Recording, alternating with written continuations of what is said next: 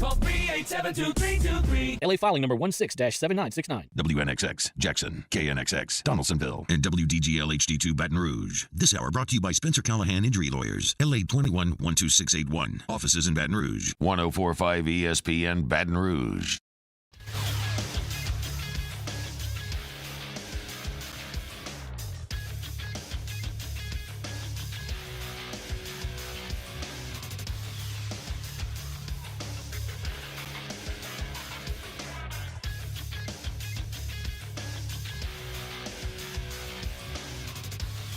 Good morning, everybody. It is 7 a.m. on Tuesday, November 21st. Today in Baton Rouge, expect cloudy skies with a high of 80. Coming up on OTB, we have a new edition of OTB Mailbag, and Nick Underhill of New Orleans Football joins the show at 9 a.m. You can follow us on Twitter, Instagram, and TikTok at OTB_ESPN, or catch us on YouTube at the 1045 ESPN channel and subscribe for daily content. Hour number 1 of Off the Bench, live from the Mercedes-Benz of Baton Rouge studio, starts now. Let we go. All-Star Toyota presents Off the Bench with Jacob Hester and T-Bob Hebert. Yeah. Off the Bench with Hester and T-Bob. Hey, they said I got to come off the bench. All-Star Toyota presents Off the Bench with Hester and T-Bob. Yo, yo, yo.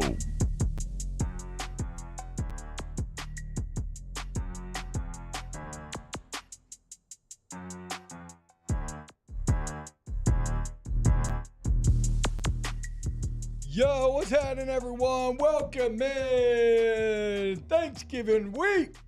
OTB rolling right along. I hope you are all having a wonderful Thanksgiving week thus far. I know many of y'all are, out there on vacation, maybe family, friends. Maybe you're listening in the future because you didn't have to wake up today, whatever the case may be.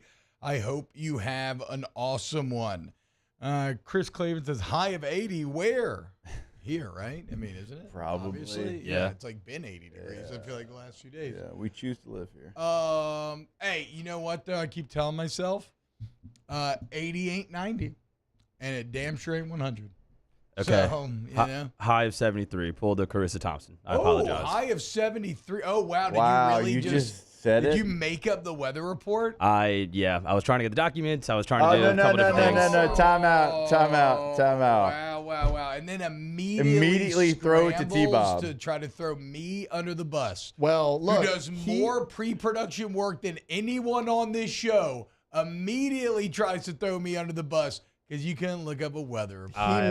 He may make them up on quite your a phone, bit weather. because last week it was a high of 69 twice last week. Yeah. And I was like, I see what you're doing there, Mario. So I don't know. Oh, man.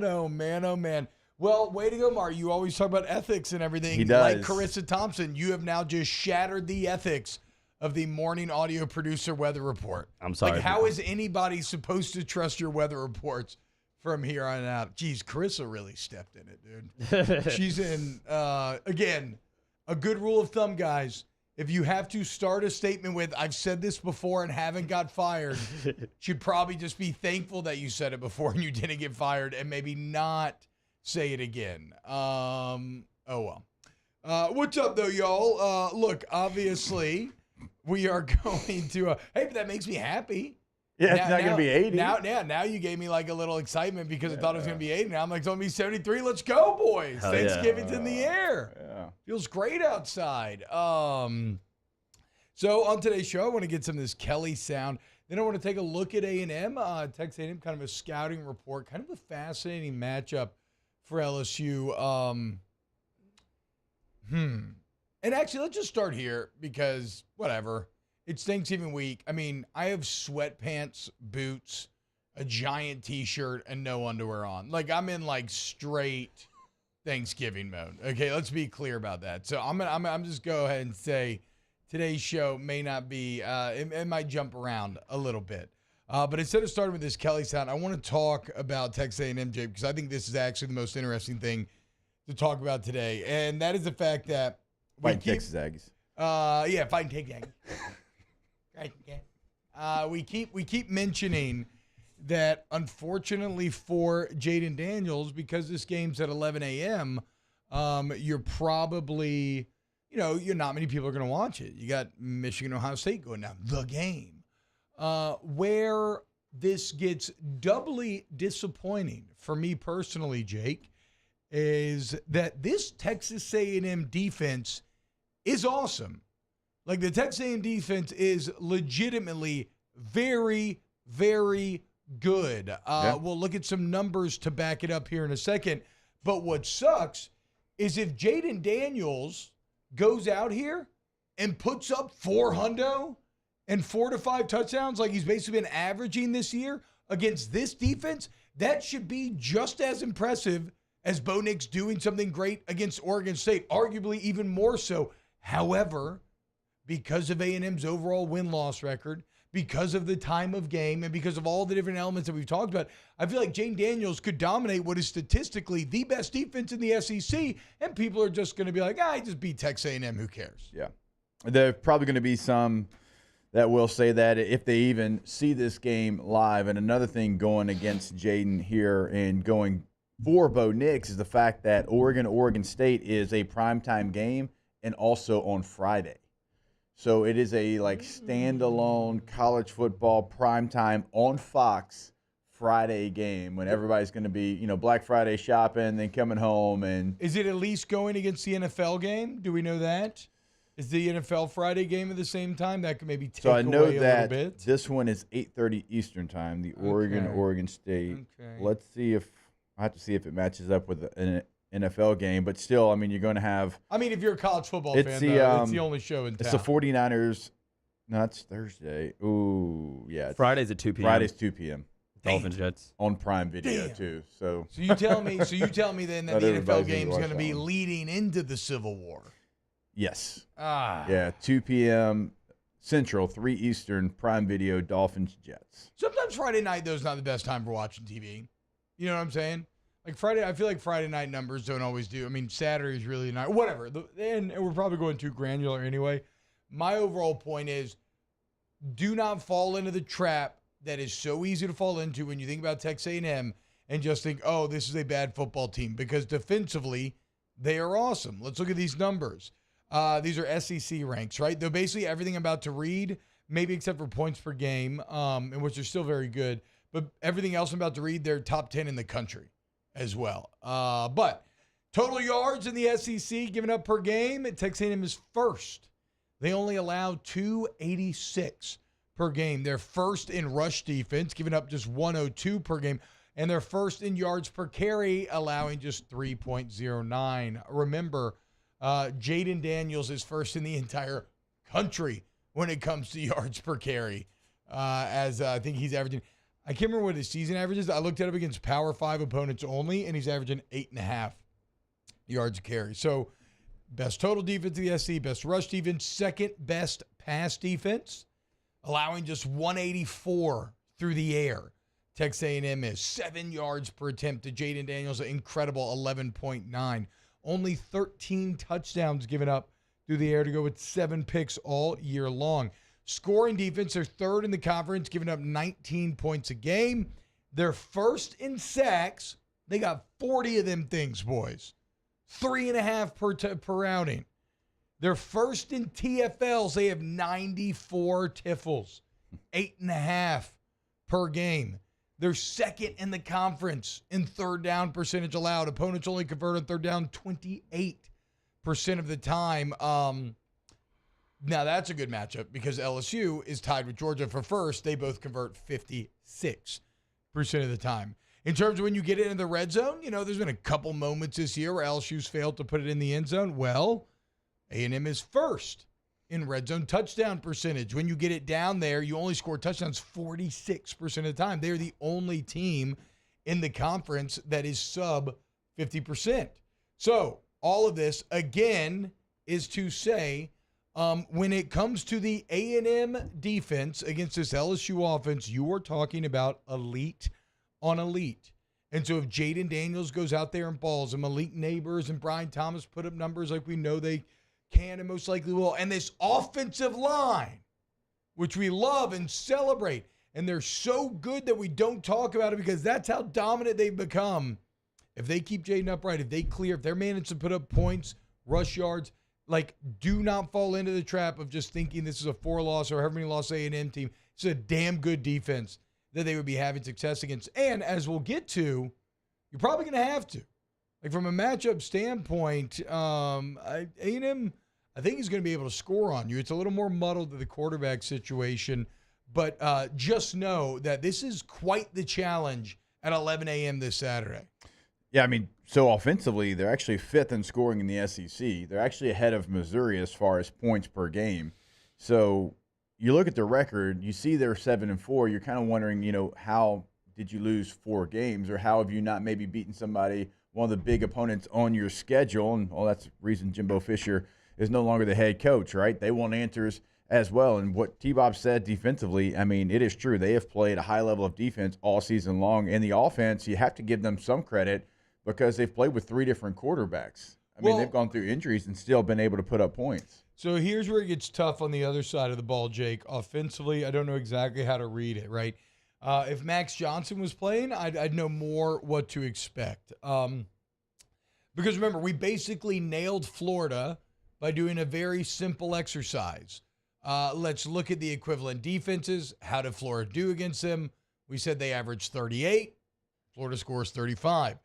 Can you do that when now they have Jalen Henderson playing quarterback, and we've only really seen 1.5 games, or maybe 2 full games now, out of Jalen Henderson? I mean, if we just look at scores like we did against Florida, look, they put up 33 against Miami, 34 against Arkansas, 30 against South Carolina, 35 against Ole Miss, 51 last week against Mississippi State.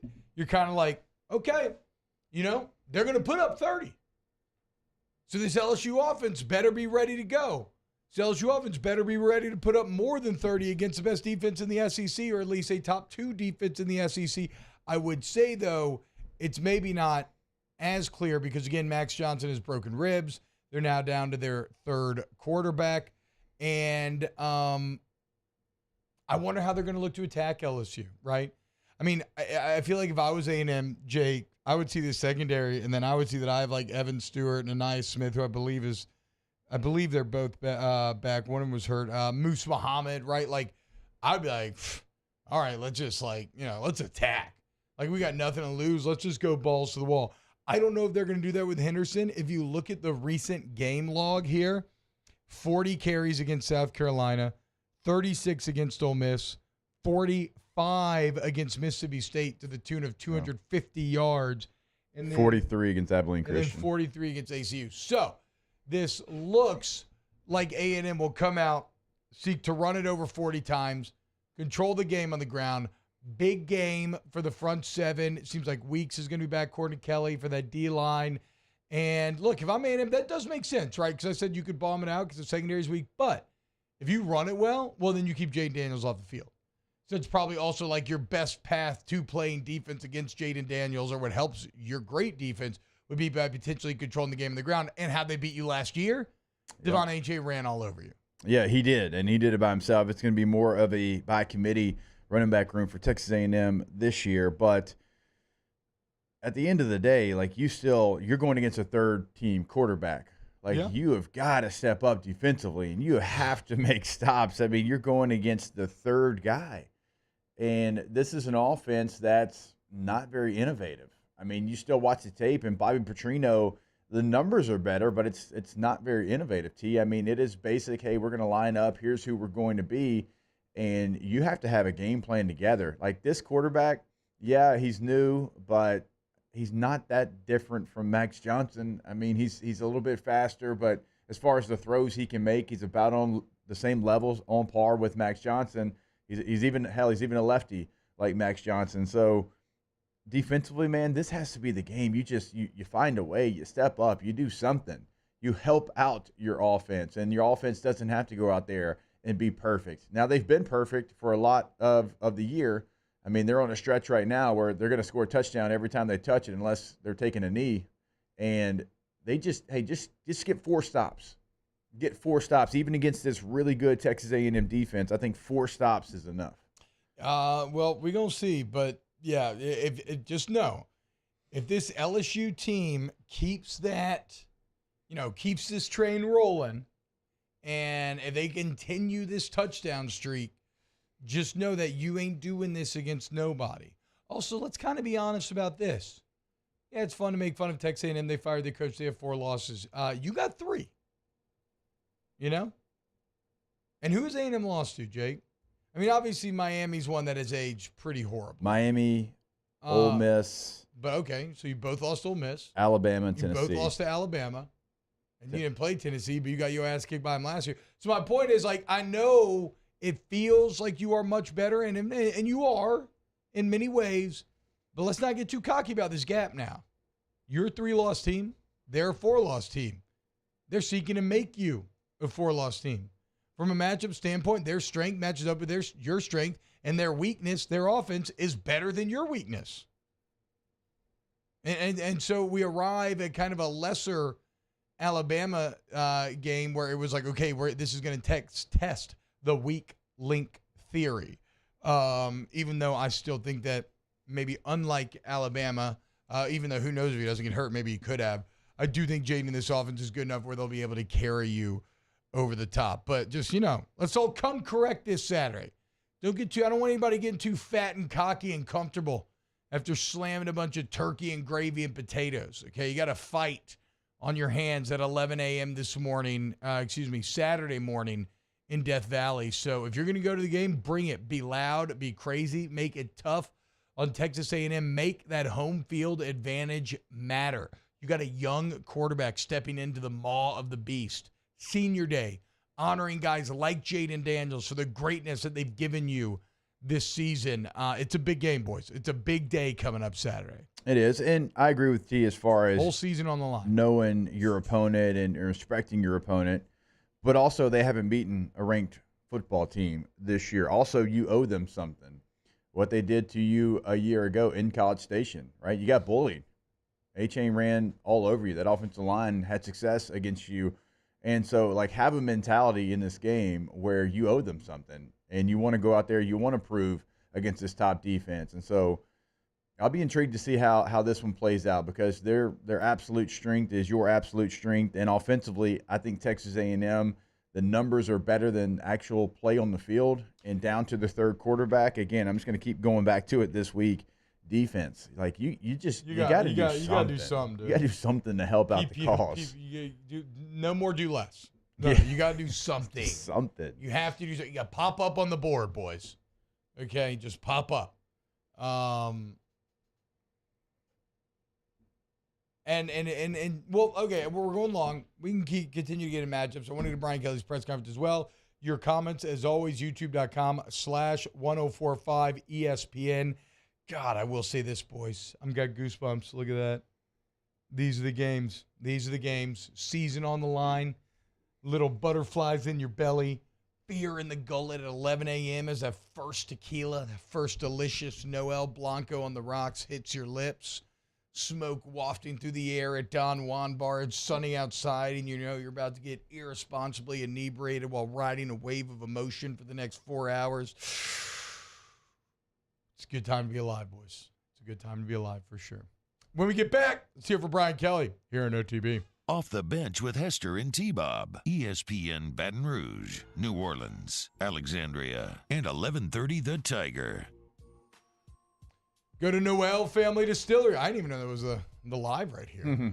Just worked out perfectly. Don Juan will be open at 10:30 this weekend, which means, again, yes, I will start drinking Noel tequila at 10:30 a.m. That could be you, but you plan.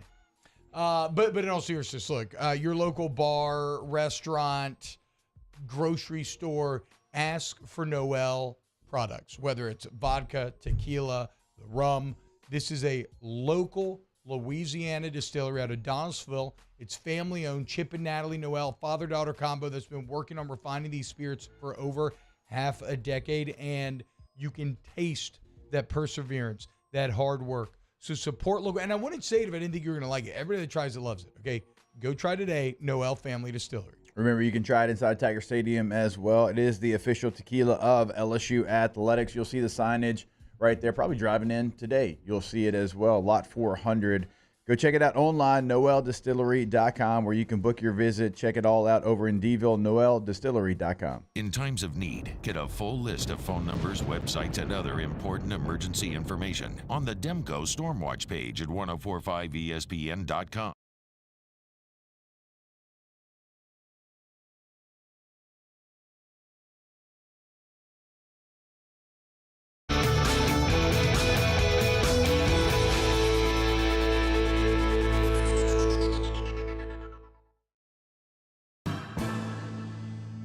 His name was Cain. He had a horse along the countryside. I saw him ride. One day they found him. BRAC teamed up to reimagine your parks, and you imagined big. With your help, we went to work creating 12 beautiful community parks across the parish. A family-sized water park, miles and miles of trails, and parks just for your dogs. There are more places to splash, to explore, to run wild, and even soar. You imagined, we delivered. Gold. BRAC, your #1 park system in the nation. Life in Louisiana is a song. A symphony of sound, colors, and movement. Life is here, now. For life's moments, big and small, always there. The right card, the right care. Gulf Coast Office Products is a nationally recognized Savin office equipment dealer based right here in Louisiana. Over 100 employees strong, Gulf Coast has the boots on the ground to support all vertical markets, from education, engineering, legal, and finance. With the latest in office technology, from desktop to production segment units, Gulf Coast and Savin have the perfect fit for you. Call 225-756-2644. That's 756-2644 for Gulf Coast Office Products. I've been doing business with Luba for 25 years. They're dependable, trustworthy. It's just the attention to detail with our clients. Our folks have years and years of experience. They're highly trained professionals, but many companies have that asset. What I'd like to think makes Luba a bit different is that we use those talents in a way that truly is dedicated to serving the needs of the folks who depend on us.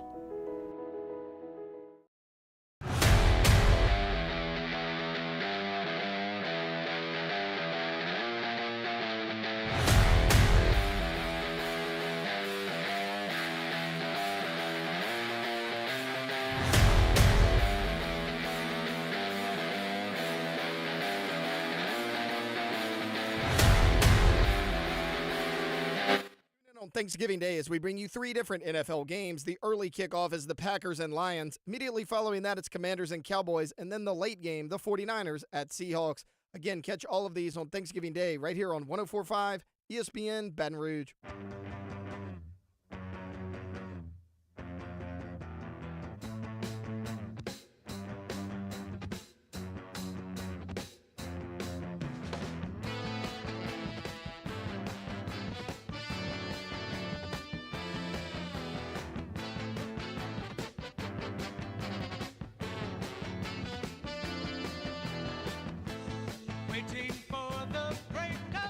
All-Star Toyota presents Off the Bench with Hester and T-Bob. ESPN Baton Rouge, New Orleans, Alexandria, and 1130 The Tiger.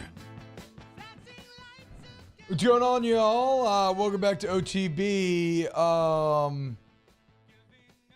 Boys, have y'all come up with any pithy, relatable, everyday Thanksgiving content to catch Murphy, Sam, and Jody yet? Do you have anything? Not at the moment. Heard it on the morning sports show this morning driving in. It was a big discussion of, do you prefer mashed potato or sweet potato? Yeah. Okay. See, that's what we need to get That's at. what we need. See, that's the content that told us. What are this? 7. Let's do a little practice on here. Oh, well, according to Facebook, 7 quick Thanksgiving cleanup tips here. You want to prevent dirty dishes? You can use disposables. And this is where you say, Oh, disposable I like her dappers. Like something like that. And I'll be like, storage containers are your friend. And then you say, like, I think a cold Coors Light's my friend. And then we'll just and then we just start to kind of bounce it off each other like that. And people are getting like chuckles and they're learning like good tips for Thanksgiving. And then like we finally win Best Morning Show. Okay? But at what cost? I mean, obviously no cost. We're just helping out the people. And then finally, remember, guys, get help from the whole family. Okay? Uncle Jack, he can help you clean up those dishes. Don't let him just sit there on the couch. What about my oldest son, Jack? Oh, see, yeah, boys, now we're getting it, dude. Now we're getting it. Yeah, even little Memphis, get him involved. You know? Yeah. All right, so BK met with the media yesterday, and well, I should grab headphones, so you're gonna have to talk. Well, I didn't really know where you're going which sound you wanted to play first, and also, you know what you have that I don't? The sound sheet. Yeah, no, do like more Thanksgiving. Oh, stuff. more Thanksgiving stuff. Like more Thanksgiving stuff. Is prime rib acceptable at Thanksgiving? Yeah, even when your voice cracks. Like prime rib, not prime rib. Yeah, prime rib is certainly. Like, prime rib's holiday how about food. This? How about for sure. this? I need a little less whining and a little more brining. Okay, we got to get this turkey. We got to get this bird ready. Here is. A lot of people have been wondering about Whit Weeks. Where's Whit Weeks been? West Weeks tweeting free 40.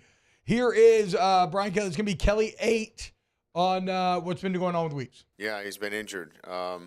He had an accident that left a nasty gash in his foot, and he wasn't able to play at the highest level. We could probably got him in the Georgia State game. That was my decision not to play him. I did not want to.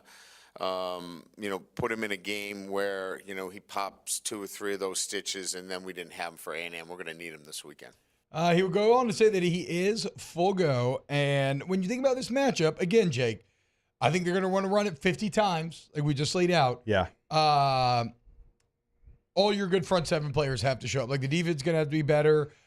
Weeks has felt like, you could maybe call this a Greg Penn game, even though I've been kind of disappointed in Penn lately and some of even the I don't know.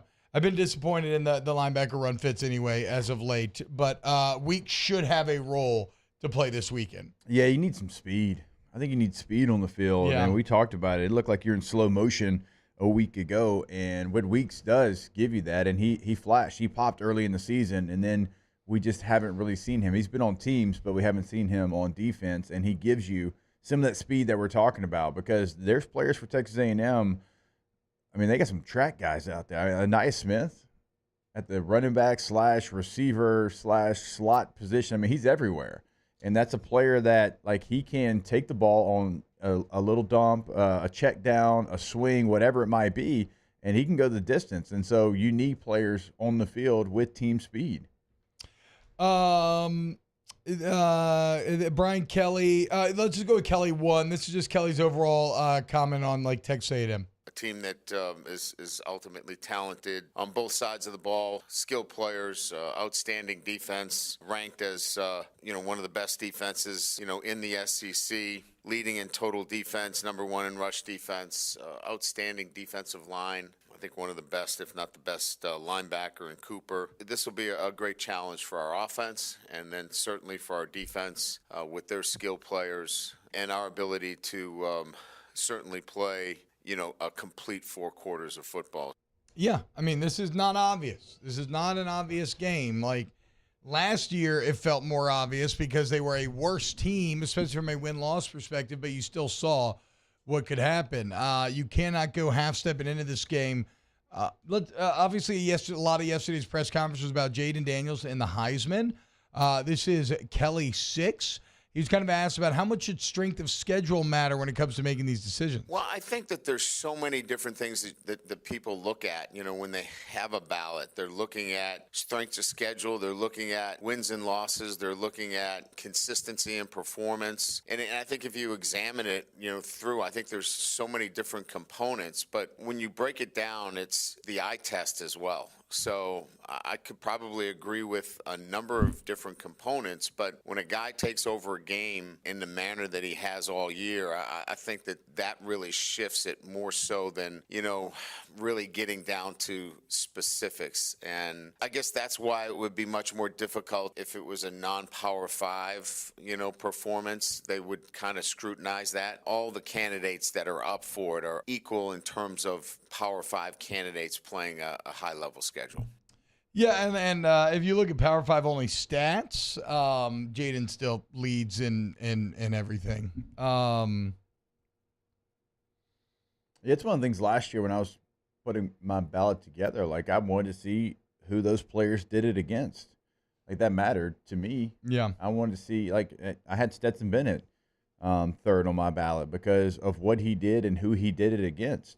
Like that was big for me. And so it should, like all those metrics should come into it. It should be stats. It should be who did you do this against. It should be like the totality of everything that we're talking about. It shouldn't just be eye test or it shouldn't just be record. The eye test tells me that Bo Nix just dumps it all the time. Just throws it 5 yards. Here is Kelly 12, and he was kind of asked about Jaden Daniels, using like the VR machines, going to trade in California. Like, how much did all of this lead to the greatness that we're seeing this year? I think the mindset of a player and what he needs to do to move to that next level. Look, everybody has a choice, right? You can choose to be good, you can choose to be great, you can choose to be elite. He chose to be elite. And so then what are the steps that you have to do? It was early morning training. It was utilizing all of the modalities that were available to him, from VR to training in California to additional film study to footwork and training that he had not done before. So I would say that this was a choice of wanting to be elite, and he made those choices. We just provided him the resources necessary for him to get there. Modalities? Yeah, modalities. Oh, man. I don't fully New addition to the word bank for me. know the words. I guess it's kind of your options, your different avenues. We're going to have to do a definition check for sure. This is Kelly 23. He was asked once again about, why have you been so vocal about Jaden Daniels winning the Heisman? Because I truly think he's the best player in the country. I've been watching him, and I've watched the other players, and I think they're terrific players too. I really do. But what he's doing is so different in terms of what I've seen in my career, in terms of pushing the ball down the field, the accuracy in terms of dropping balls into tight coverages, running the football, and the, I would say, assertiveness in which he's throwing the football. And his runs are not like, wow, where is everybody? He's making people miss. He's taking hits. I think we can count on, and everybody's watched him, I think we can count on our hand the times he shows toughness. And that guy's a football player, and he's playing the game of football at a level that I have never seen before. Once again, back to the most underrated part of Jaden Daniels, which is that toughness, something that we always gave Joe Burrow credit for, but have always kind of been like fearful for Daniels for whatever reason this year. And I just loved Brian Kelly's been in this game for a long time, and I just loved the very clearly sincere and honest. I think he's the best player in the entire country. So, of course, I'm going to advocate for him. And make no mistake, that's a nice feather in his cap for the resume. There's another answer in here. It's probably not worth playing, but basically talking about Manti Te'o and how he was saying, look, Manti was awesome and he got second, but basically saying that you knew Manti wasn't going to win that award, being an defensive player and whatnot, but that Jaden actually could and should win the Heisman. This Saturday's his last chance, his last chance to go out there and prove it. And he'll have to do it against one of the best defenses in the entire country. Certainly one of the most talented, but even statistically, one of the best. All right, when we get back, more OTB. Keep it locked. Off the Bench with Hester and T-Bob. Our listeners fire off their opinions on the jimsfirearms.net hotline at 499-1045. Keep listening for your next chance to shoot us your thoughts with the jimsfirearms.net hotline on 1045 ESPN Baton Rouge. Bayou Chrysler Dodge Jeep Ram has $20,000 off MSRP on new 23 Ram 1500 trucks. $20,000 off plus no payments for 90 days on new 23 Ram 1500 trucks. All with Bayou's 1 million mile warranty. The crew at Bayou Automotive is going to do right by you.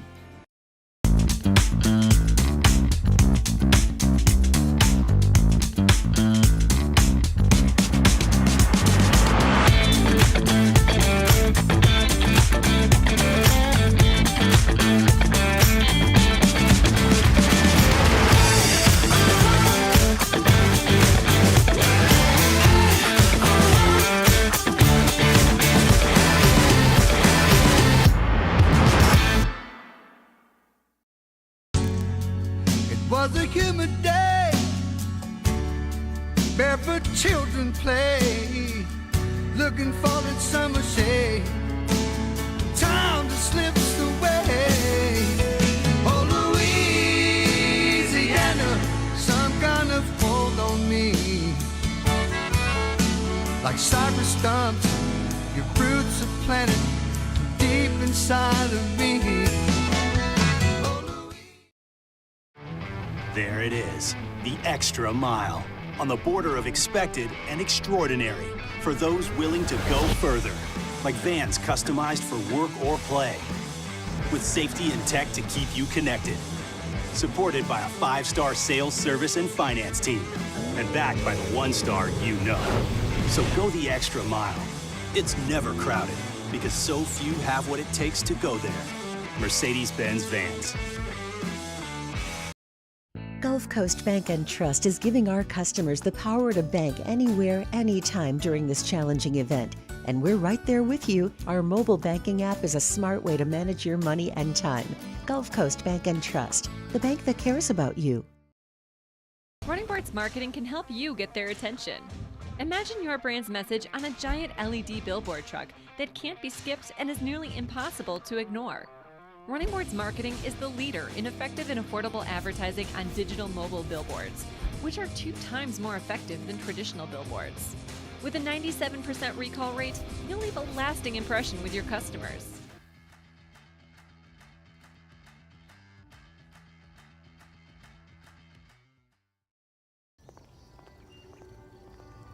Would a couple that just came from a couples massage have any use for the massage seats of the Infiniti QX60? Yes, it appears they would. With driver and passenger massage seats, mute all your notifications and feel infinitely you.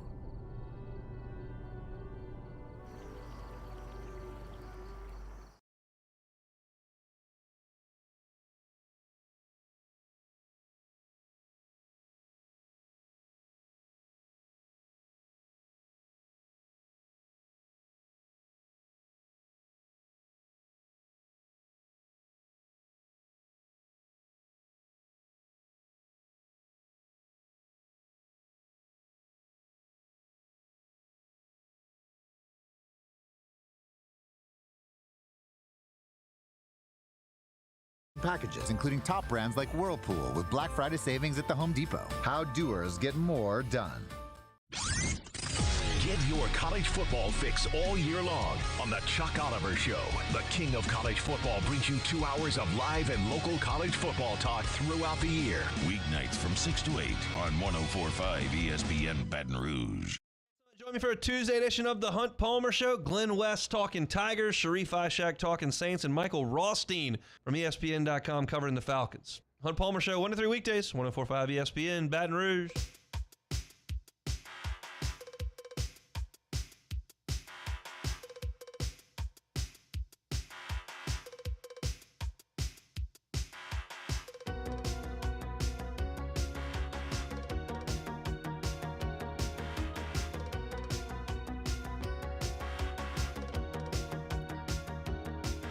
All-Star Toyota presents Off the Bench with Hester and T-Bob. ESPN Baton Rouge, New Orleans, Alexandria, and 1130 The Tiger. I can't wait to watch Kyle McCord and 8-pass J.J. McCarthy do battle Saturday. Freaking Big Ten football sucks, dude. Nah, probably a pretty good game. But I'm not going to be watching it. I'm a real one. I'll be watching what's going down in Death Valley, man. Now I forgot what I was going to say. Oh, Monday Night Football last night, boys. How about it? Two of the best doing battle. Eagles win. Jason Kelsey's first ever win over Lil Bro and Andy Reid. It's pretty chill. Well, chill. T-Bob, you know why the Chiefs lost, right? Taylor Swift was not there. Well, yeah. Obviously. She wasn't there. I know. It was why I didn't watch the game. Like, I was only tuning in if T Swift was in the suite. So, like, as soon as I saw on Twitter that she was out of town, I just went to bed. Just started reading my book and fell asleep. Wasn't the most exciting game. I don't know. Y'all told me you wanted to talk about the game. I didn't watch because Taylor Swift wasn't there. So y'all talk about it and tell me something interesting. Low scoring. People, I think, were maybe expecting more like a 35-31 game, but some really good defense. The Chiefs' defensive line is like really good. We've been talking about the Chiefs' defense this season. Got a lot of pass rush on Hurts in the first half, but the Eagles had a strong second half. And Chris them. Jones, Big 2 win. sacks. Yeah, let's say turns out Chris Jones is pretty awesome. You know, it's a good thing they paid them. Man. The story of the game was the Chiefs can't catch. Yeah, once again, now it's 2 losses this year that you can basically pin directly on. Chiefs had the most Chiefs drops in the dropping it? NFL. Oh, really? Okay. They had 5 in this game, and not just like 5 drops, 5 in crucial moments as well. It's a good thing that HR isn't in here because I say the meanest things ever to Taylor. During this last commercial break, he tried to say that even if Scanlon caught it, that he would have been down. Well, I want you to understand, I saw it a total of 1 time on the TV, so I just glanced. And I said to him, sometimes you're so stupid it boggles my mind. You did say that. Which is obviously very mean. But it's all out of love. It's all out of love. But Scanlon definitely would have scored. Yeah, I mean, the Eagles, whatever, dude. The Eagles would have gotten the ball back with over a minute left. Who knows what happens, right? I don't know. But honestly, though, did anybody hear the post-game press conference? No. Shout out to Patrick Mahomes. He did not blame Marquez Valdes-Scantling. He did not talk about any of the receiver drops. He said, I let him a little bit too much on that play. I got to be better. He's like, this was a team thing. We're bad top to bottom. Like, shout out to Patrick Mahomes. He's a real one for that.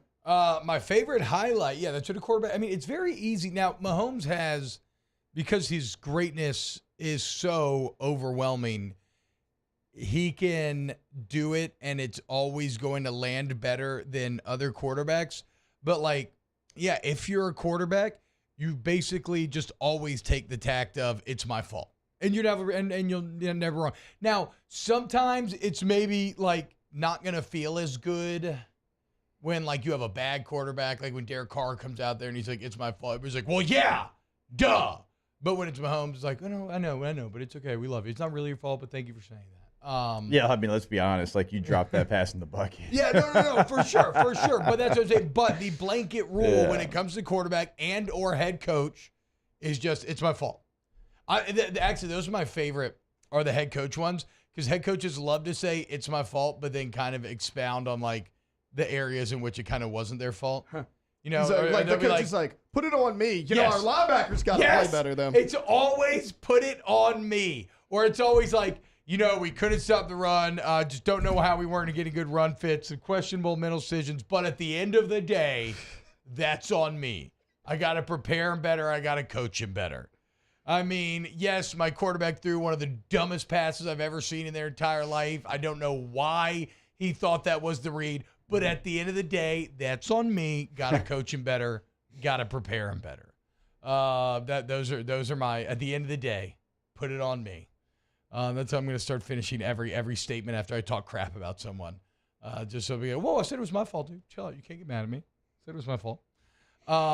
Hey, Mario, how about the Pellies last night, bruh? Let's go, dude. Heating up. What are we talking here now? After the 4 or 5, was it 5 in a row losses? Yeah, 5 straight losses. What are we talking about now? 4 or 5 dubs? That's 3 out of 4, I believe. 3 out of 4. Okay, let's go, boys. And over a pretty good Kings team, who, of course, you disappointingly had to see just rocket past you after years of spent battling with each other at the bottom of the Western Conference. It looks like Zion and Ingram, just working great together. Valanciunas, another double-double. What are your takeaways from last night? Yeah, nice to see Zion and B.I. start to get it together a little bit. They each had a separate 18-point quarter, which was nice to see. Still kind of your turn, my turn. Need a little bit better cohesion, but it's coming. It's getting better. Really good on defense. I was telling you all over the break that Herb Jones coming back has made a huge difference. De'Aaron Fox yesterday, 5 of 18 from the field, 0 assists. That's really good work against a really good player. That's a good win for the Pelicans. And Jonas Valanciunas deserves a lot of credit, too. I know a lot of people kind of criticize him, and he does have flaws, not the best perimeter defender, but he's been solid, and he's been available, more importantly. 10 points, 13 rebounds, 7 assists against Sabonis last night. He's been kind of an unheralded hero for the Pelicans this season. How different are the times from when I was a child when the critique on the 7-foot European is he's not a good perimeter defender? The 7-foot, 300-pound European. Matters a little more these days. No, it does. That's what I'm saying. It's just a much different game. I can't fathom someone to be like Patrick Ewing, just, great down low, but just, not a good, he just gets lost out there in space. Our Sabonis, his dad, right? Since Sabonis played in this game. Oh, man, dude. It was an absolute tank. I didn't do well on the perimeter. Shout out, Jonas. Shout out the Pellies, though. Getting it together, man. Dominating the Kings last night. I know the Kings like threes. 45 3-point attempts. Jesus Christ, dude. Just every time they're down there, just jacking it up. Every single time. Yep. Fox was 2 of 12. They died last night by it. 11 of 45. There was one play where Herb went through a Sabonis screen and blocked a De'Aaron Fox 3. He's unbelievable, man. Yeah, he really is. There's nobody in the NBA like him. Just his length, how he moves around the court, just an excellent defender. He had that sick chase down block against the Nuggets. That was big the other night. He's fantastic. And look, man, okay, hey, Pels are scrapping. A bit of the song remains the same. You're still 9th in the Western Conference, but we've avoided the disastrous start that we've, fallen into too many times here as of late, and, knock on wood, staying relatively healthy. Yep, Alvarado back last night, 5 assists, or 5 points and 3 assists, I should say, 15 minutes. First time he's played since February, so that was nice. Herb. And Trey Murphy was listed as out for 10 to 12 weeks with his injury, and as of yesterday, that was 10 weeks ago. So hopefully he's back soon. All right, hopefully we're going to close out our show's first hour next here on OTB. Off the bench with Hester and T-Bug. I don't know. What if something happens, You have to stick around and find out, see if we all survive. All-Star Toyota, BatonRouge.com. All-Star Toyota of Baton Rouge. They're right there off the Airline Highway. All-Star Toyota is your one-stop car shop. Toyota-thon going on. Christmas deals are in the air. So you want to get you, your wife, your child, whoever, a new vehicle. Do that classic Christmas thing. You can do that. I cannot say enough about the new Sienna, y'all. It is so nice. It's like driving a spaceship. You rode in it, Jake, to I think you got the same one that we rode into Senior Mobile. Bowl. Yeah. Yeah, it's awesome, man. All-Star Toyota Baton Rouge. Go check out the website. Right now is a great time to check out that rental department. Maybe you got something coming up this week where you have to travel for Thanksgiving. Go ahead and rent a Toyota. And remember, the full fleet is available in that rental process. And so if you need a Sequoia, 4Runner, whatever it might be, it is there for you. All-Star Toyota of BatonRouge.com. In times of need, get a full list of phone numbers, websites, and other important emergency information on the Demco Stormwatch page at 1045ESPN.com. Bayou Ford is taking $10,000 off MSRP on all new 23 Ford F-150 Black Widow trucks, plus $2,750 discount APR and 5.9% for 72 months. All new Bayou Ford vehicles come with a 1 million mile warranty. The crew at Bayou Ford is going to do right by you.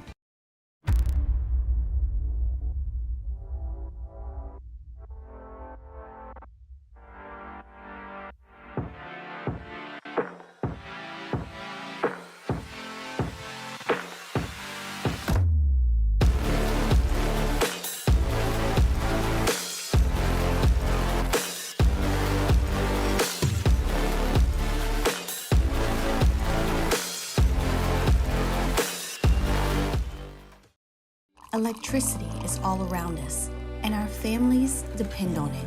Every day is sparked by the power of a cold drink or a warm meal, a movie night, and a comforting light at the end of a dark hallway.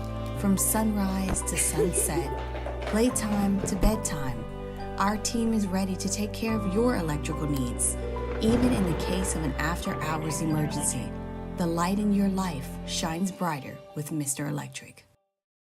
Gulf Coast Office Products is a nationally recognized Savin office equipment dealer based right here in Louisiana. Over 100 employees strong, Gulf Coast has the boots on the ground to support all vertical markets from education, engineering, legal, and finance. With the latest in office technology from desktop to production segment units, Gulf Coast and Savin have the perfect fit for you. Call 225-756-2644. That's 756-2644 for Gulf Coast Office Products. I've been doing business with Luba for 25 years. They're dependable, trustworthy. It's just the attention to detail with our clients. Our folks have years and years of experience. They're highly trained professionals. But many companies have that asset. What I'd like to think makes Luba a bit different is that we use those talents in a way that truly is dedicated to serving the needs of the folks who depend on us.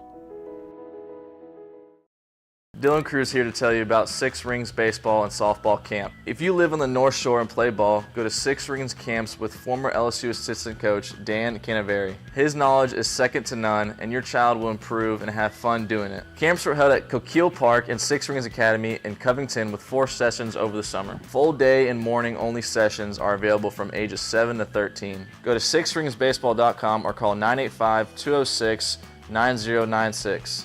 Learn the game to love the game.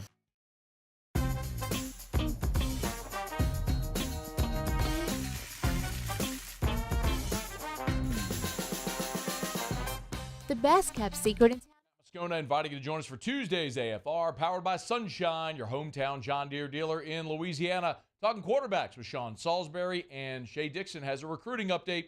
Join us 3 to 6, 104.5 ESPN Baton Rouge.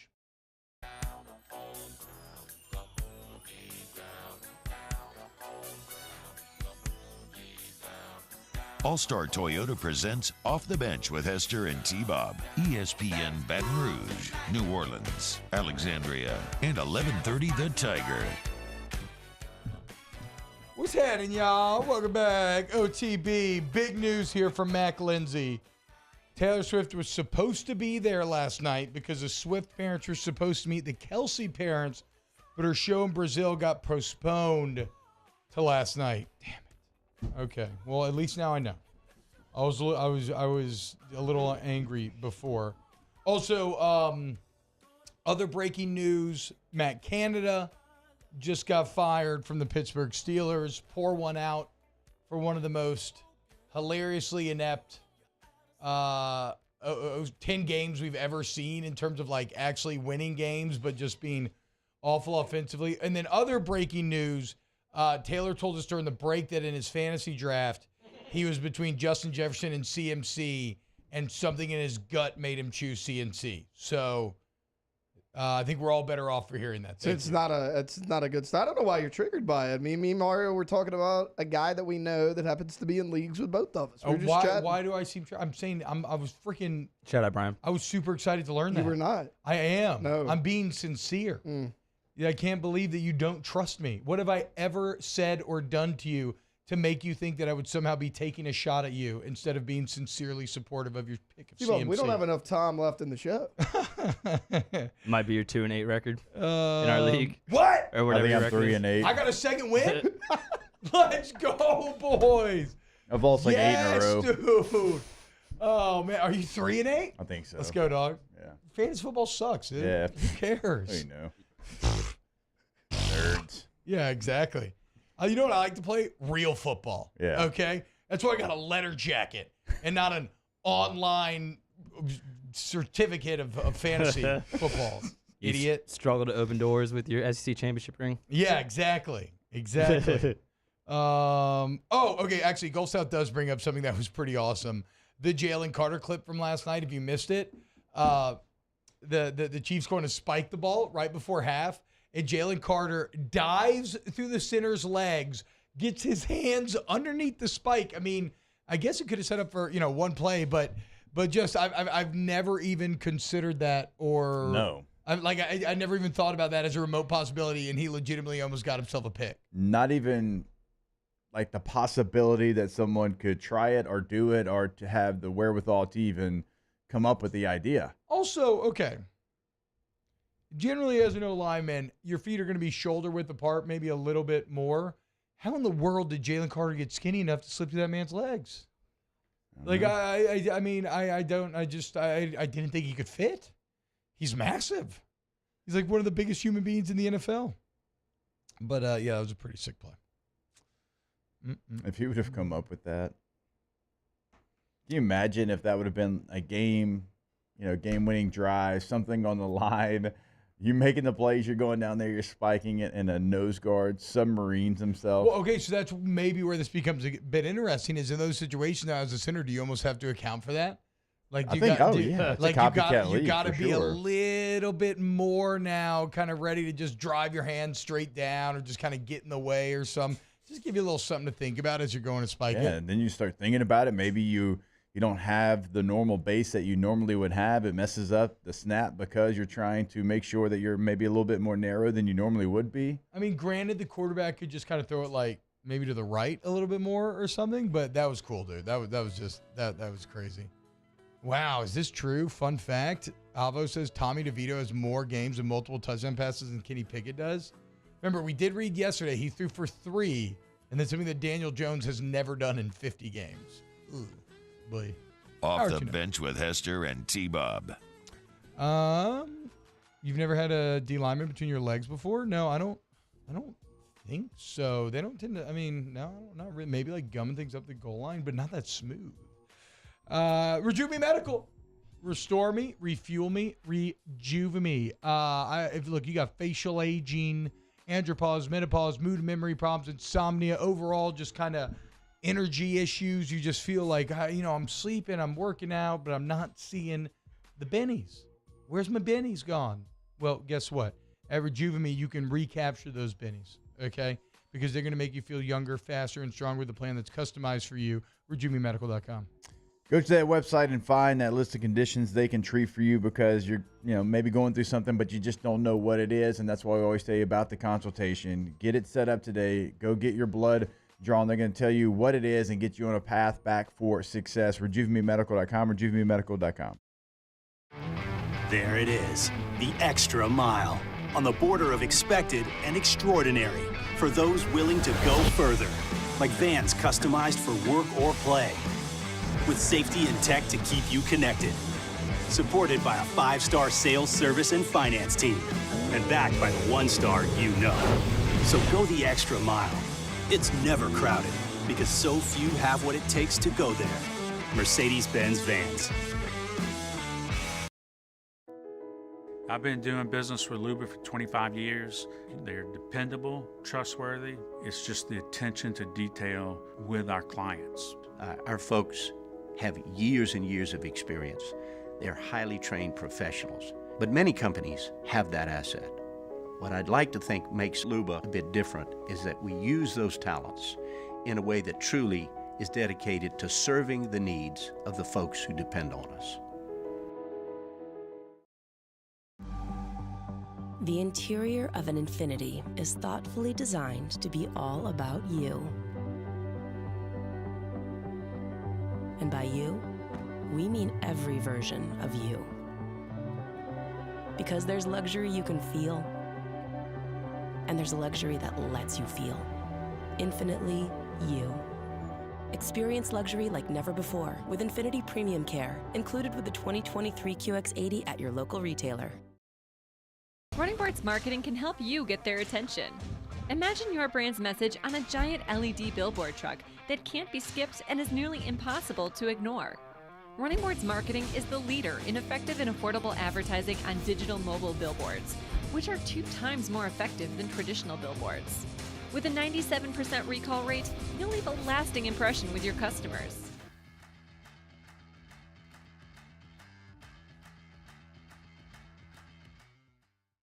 Electricity is all around us, and our families depend on it.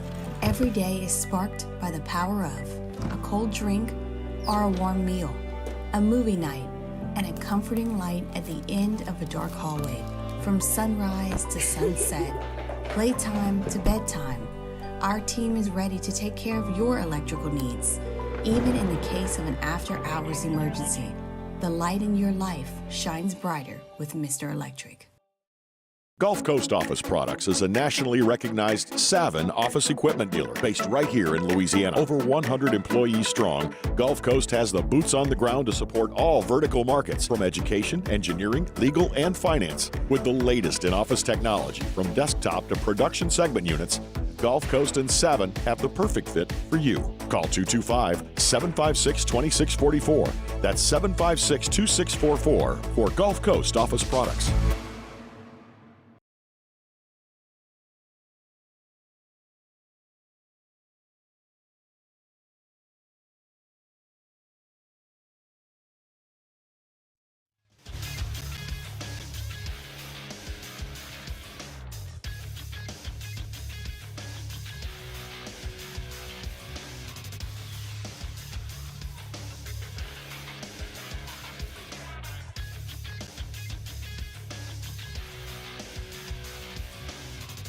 Good morning, everybody. It is a.m. on Tuesday, November 21st. Today in Baton Rouge, expect cloudy skies with a high of 73. Coming up on OTB, we have a new edition of OTB Mailbag at 8:15. We talk to Kim Mulkey at 8:30, and Nick Underhill of New Orleans.Football joins the show at 9 a.m. You can follow us on Twitter, Instagram, and TikTok at OTB_ESPN, or catch us on YouTube at the 1045 ESPN channel and subscribe for daily content. Hour number 2 of Off the Bench, live from the Mercedes-Benz Baton Rouge studio, starts now. All-Star Toyota presents Off the Bench with Jacob Hester and T-Bob Hebert. Yeah. Off the Bench with Hester and T-Bob. Hey, they said I got to come off the bench. All-Star Toyota presents Off the Bench with Hester and T-Bob. Yo, yo, yo. Yo, what's happening, y'all? What's up? What up? Welcome back. OTB. Got Mailbag coming up next. Coach Mulkey after that. She's in a meeting, so there is an outside chance that it may get pushed back a couple minutes, but we will wait and see. I'm just giving you all a heads up so you don't accuse me of getting ghosted, okay? Because I'm cool, and no one ever ghosts me. I don't know what this bit is that I'm trying to do right here. Let's just keep moving. All right, so in hour number 1, we broke down LSU A&M this weekend, which, again, I cannot stress this enough. We make fun of Texas A&M a lot of times, guys. We call them Texas 8-4, right? Yeah. Well, let's hope they're not Texas 8-4. Yeah, exactly. Because that means they would beat you. And let's also be clear about this. The entire season rides on Saturday morning at 11 a.m. The future does as well when you're talking about trying to win a Heisman, then you can recruit off of said Heisman. But the entire year, success and failure, multiple years. And really, what's kind of interesting, Jake, so look at Lincoln Riley. Lincoln Riley's fallen flat on his face in year number 2 at USC. What it has done has turned the first 2 years of his tenure at USC into failures, right? Yeah. Whereas last year, objectively, even with the Tulane disappointment, was a success. They were awful 2 years ago. That's accountable. They went 11 games, right? Like, that's a success. But in a disappointing fashion, but okay, you're returning Caleb Williams. Like, okay, right? Let's see some improvement the next year. Well, they fall flat on their face. It makes both years a failure. In kind of the same way, if LSU loses this game, and now all of a sudden you lost to A&M 2 years in a row, you're 8-4. Okay, no, the only reason you reached 4 losses last year, the SEC championship, but it would be a second 4-loss season in a row. And then in the SEC, instead of 6-2, you're 5-3, which I don't know if there's a bigger single game difference than a 6-2 record in the SEC versus 5-3. One feels really good, one feels really average. Like in the same way, if you lose this game on Saturday, not only does it make this year a failure and sting even worse because the offense that you wasted, but it kind of makes the first 2 years of Kelly feel like a failure. And you will have the Kelly doubters come out en masse. Not that it matters because you're married and it's fine. And I still believe in the process long term, and we can have rational conversations about objectively, you're still better if you just look at the numbers from the previous 2 years, but people aren't going to want to engage in all that context and nuance, okay? What they do want to do is beat the hell out of Texas A&M after they embarrassed you in College Station last year. So I don't know that I've ever seen a regular season game that has so little on the line in terms of championships matter so much for LSU going forward. I think this game is, and it's pumping me up, but I think it is absolutely gargantuan. I would agree with you wholeheartedly. I think because of everything that you just laid out, and because of where you want to go as a program, and because Texas A&M right now, they don't even have a coach. I mean, they got an interim coach with a third-string quarterback. Yeah. So, I true. mean, the optics of this True. would look awful. It's at home, right? It's in your building. And so, like, just to add that to what this is, and, you know, Texas A&M is going to be a team that I would assume is always going to be on the schedule no matter what the SEC ends up doing. Like, the SEC wants LSU and A&M to be a thing. We've talked about that in the past. So this is going to be a rival moving forward, somebody that you compete against all the time in recruiting. And I think it has become a thing. You know, I think it's It one of the took 7 rare, overtimes, but it had, yeah. I think it's one of the rare instances where they tried to, well, even beyond the results. Like, I feel you. The results now, they've gotten more competitive lately, obviously, right? But, like, LSU fans seem to really hate Texas A&M. Yeah. For whatever reason. Like they really despise A&M fans being happy, which is what that's the sort of pettiness that any great rivalry is built on. And so, yeah, this is one of the few times where, you know, corporate college football tried to create something out of nothing, and it actually worked. It actually came together quite nicely. Again, like, yeah, it took 7 overtimes, but it is a thing now. I mean, that game was something that we've never seen. I mean, it changed the overtime rule in college football. And so there was that. And there was, you know, the Jimbo Fisher stuff kind of started it in 17. But then We had some John Chavis drama mixed in there as well. But I think it was the game that kind of really just heightened it. And then just time and time again, there feels like now there's something in that game. And it's one that I think a lot of people look forward to. And I didn't think that it would ever get to that space. I thought it was going to be forced. It felt forced. And now it truly does feel like, okay, this is a thing at the end of the season. Yeah, and we all know about the Houston alumni fan base, LSU's largest outside of Louisiana alumni fan base. Obviously, Houston also ground zero for breeding Aggies. So a lot of friction going on in the H-Town community this week. A ton on the line. As look, this is a bragging rights game, and it's funny. I was asked this week, and obviously it's rivalry week in the SEC, so we're talking a lot about it. What is my favorite rivalry? And it is always the Egg Bowl. And it's not to say that something like the Game isn't tight or the Iron Bowl, but those are like Las Vegas heavyweight matchups, right? Those are in like Mandalay Bay, and all the celebrities are there, and T Swift is on the front row with Travis Kelce, and like everybody's locked in, and you want to be seen at those games. It's the glitz, it's the glamour. The Egg Bowl, and also, Jake, those games a lot of times have a ton of championship relevance. Like Michigan and Ohio State are playing a playoff game at 11 a.m. on Saturday. Yeah. Many years, Auburn, Alabama has decided the SEC West, and who's going to go to Atlanta. So there are games that have championship significance, national prominence, but that's why the Egg Bowl's more badass, because it's pure. It is a game that has almost every single year. I mean, you'd be hard-pressed to find the year in which this is not the case, has zero championship relevance. Like, no actual national impact on anything. The teams are not fighting for championships. Sometimes the teams are fighting maybe for bowl eligibility, but a lot of times both have already kind of gotten bowl eligible. Like, it is a rivalry built on nothing. It is a rivalry distilled down to its purest form and its most basic element: hate. Just hate for the other man. Okay, no great riches to be had when you win the fight. No great glory to be had. You're playing on Thanksgiving when NFL football's going down. All it is hate. You just want to beat the hell out of the other guy because you hate them and you want to talk trash to them for an entire year. And so as the entire country's doing whatever they do, sleeping off their turkey, watching NFL, floating around in Mississippi every year, kind of out of the major public eye, just an absolute bloodbath battle goes down. And that's why the Egg Bowl is so beautiful, and that's why I can't wait to watch this Thursday night.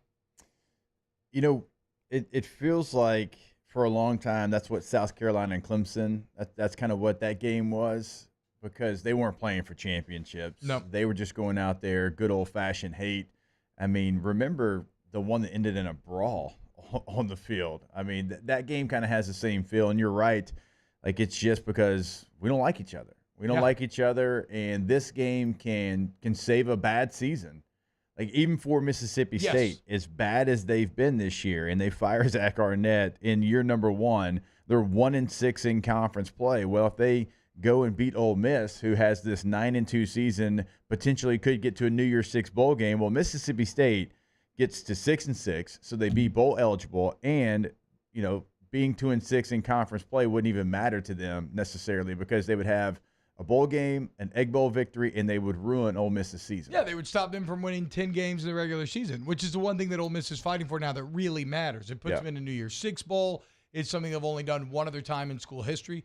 You don't think it felt good for Mississippi State last season when Ole Miss starts off so hot? They're coming off a 10-win year. They start off hot. They're in the top 10. And then Mississippi State puts the final nail in the coffin of the collapse to finish off Ole Miss's just utter disappointment of the end of the year and move State into third in the SEC West, 9-4 under Mike Leach. I mean, we all remember Elijah Moore-Peen back in 2019. Think about it. So Ole Miss scores a touchdown with 4 seconds left to go down 1. Elijah Moore-Pee's in the back of the end zone like a dog, right? That's that celebration. They get a penalty. They miss the extra point. Ole Miss loses. That gets, and this is now confirmed by the AD, that gets Matt Luke fired. The win makes Mississippi State bowl eligible, where they go on to face Louisville, who whoops their ass, which gets Joe Moorhead fired. And with Mississippi State getting that win, here's the funniest ancillary effect that I saw. With Mississippi State getting that win, it gave LSU one more win over a bowl team than what Ohio State had that year. And you could argue that it actually maybe had the slightest of impacts putting LSU over Ohio State in that 1 seed in the playoff, because they had 9 games against instead of 8. So I mean, it's I mean, think about that, dude. Elijah Moore-Peen in the back of the end zone directly led to Lane Kiffin being in Ole Miss, and say he was going to go to Arkansas. Yeah, held him out of Arkansas, sent him to Oxford instead. That's the power of the Egg Bowl. Unfortunately, I think this year's going to be an ass whooping. But I'm still going to watch. And I'm going to hope that somehow Mississippi State can pull something off. Do we know Oxford or Starkville? Last year was Starkville, I'm pretty sure, right? No, I think it's in Starkville this year. Oh, last year Ole Miss blew it like that in Oxford? Well, that's crazy then. Yeah, it's in Stark Vegas. Okay, let's go, dude. Oh, maybe there's a chance. All right. What's the number on that game? Do we know? I'm going to say 10.5. Oh, it's 10.5. For real? Yeah. Bro. Opened up at Ole Miss minus 13.5. It is now at 10.5. Am I an expert gambler? I mean, yeah, look at the pontoon parlay. Tailored and screwed up every week. We're making so much money. All right, when we get back, OTB Mailbag. Keep it locked. Get your questions in the chat. Off the Bench with Hester and T-Bob. ESPN Baton Rouge, New Orleans, Alexandria, and 1130 The Tiger. Everybody remembers their favorite Christmas present of all time, right? You go down, you see the tree, and there it is under the tree. For Gordon McCartan, that was a shiny red bicycle. And that's why Gordon has started the Gordon Gives bike giveaway. And it's going on right now. What's the record? Is it 488 bikes this year, Jake? 488 across the state. Record amount of bikes, okay? And so if you want to have the chance to win one for you, your child, whoever, you want to go follow them on social media at Get Gordon, and then go register at GordonGives.com and be entered to win one of these awesome bikes. Yeah, so like T-Bob said, follow them on social media. At Get Gordon, of course, is the handle on all major social media. GordonGives.com. GordonGives.com is the website. Deadlines to enter In the Baton Rouge or Hammond area, December the 7th. Across the rest of the state, November the 30th. GordonGives.com. Our listeners fire off their opinions on the jimsfirearms.net hotline at 499-1045. Keep listening for your next chance to shoot us your thoughts with the jimsfirearms.net hotline on 1045 ESPN Baton Rouge. Electricity is all around us, and our families depend on it. Every day is sparked by the power of a cold drink or a warm meal, a movie night, and a comforting light at the end of a dark hallway. From sunrise to sunset, playtime to bedtime, our team is ready to take care of your electrical needs. Even in the case of an after-hours emergency, the light in your life shines brighter with Mr. Electric. The world's leaders in obesity research, obesity medicine, and obesity science are right here. We're doing something that no one's ever done or trying to answer a question that no one's ever asked before. Pennington is a real jewel when it comes to research. We are finding the solutions to the world's worst chronic disease, which is obesity. Louisiana needs Pennington Biomedical. Follow us on Twitter at 1045ESPN to cast your vote in the Citizens Bank and Trust Poll of the Day. Vote daily inside Off the Bench, live at lunch, Hunt Palmer. And after further review, Citizens Bank and Trust brings you the Poll of the Day via Twitter at 1045ESPN. Would a couple that just came from a couples massage have any use for the massage seats of the Infiniti QX60? Yes, it appears they would. With driver and passenger massage seats, mute all your notifications and feel infinitely you.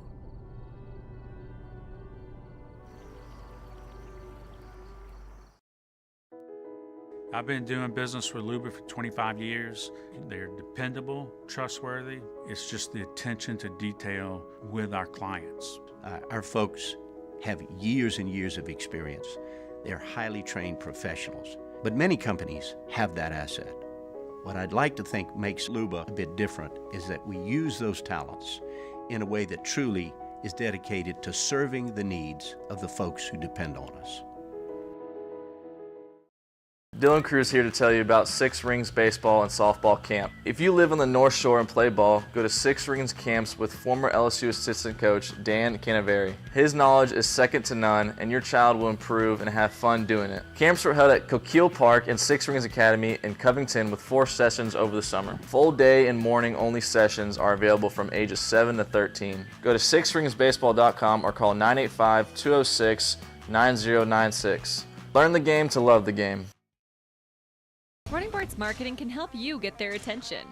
Imagine your brand's message on a giant LED billboard truck that can't be skipped and is nearly impossible to ignore. Charles Handegriff joined me and Jimmy out for the Tuesday edition of Live at Lunch. We are at Doe's Eat Place on Government Street in Mid-City. Andy Isco and Dwayne Colucci join us, and we do first class, second class, no class. Live at Lunch, 11 a.m. weekdays on 104.5 ESPN Baton Rouge.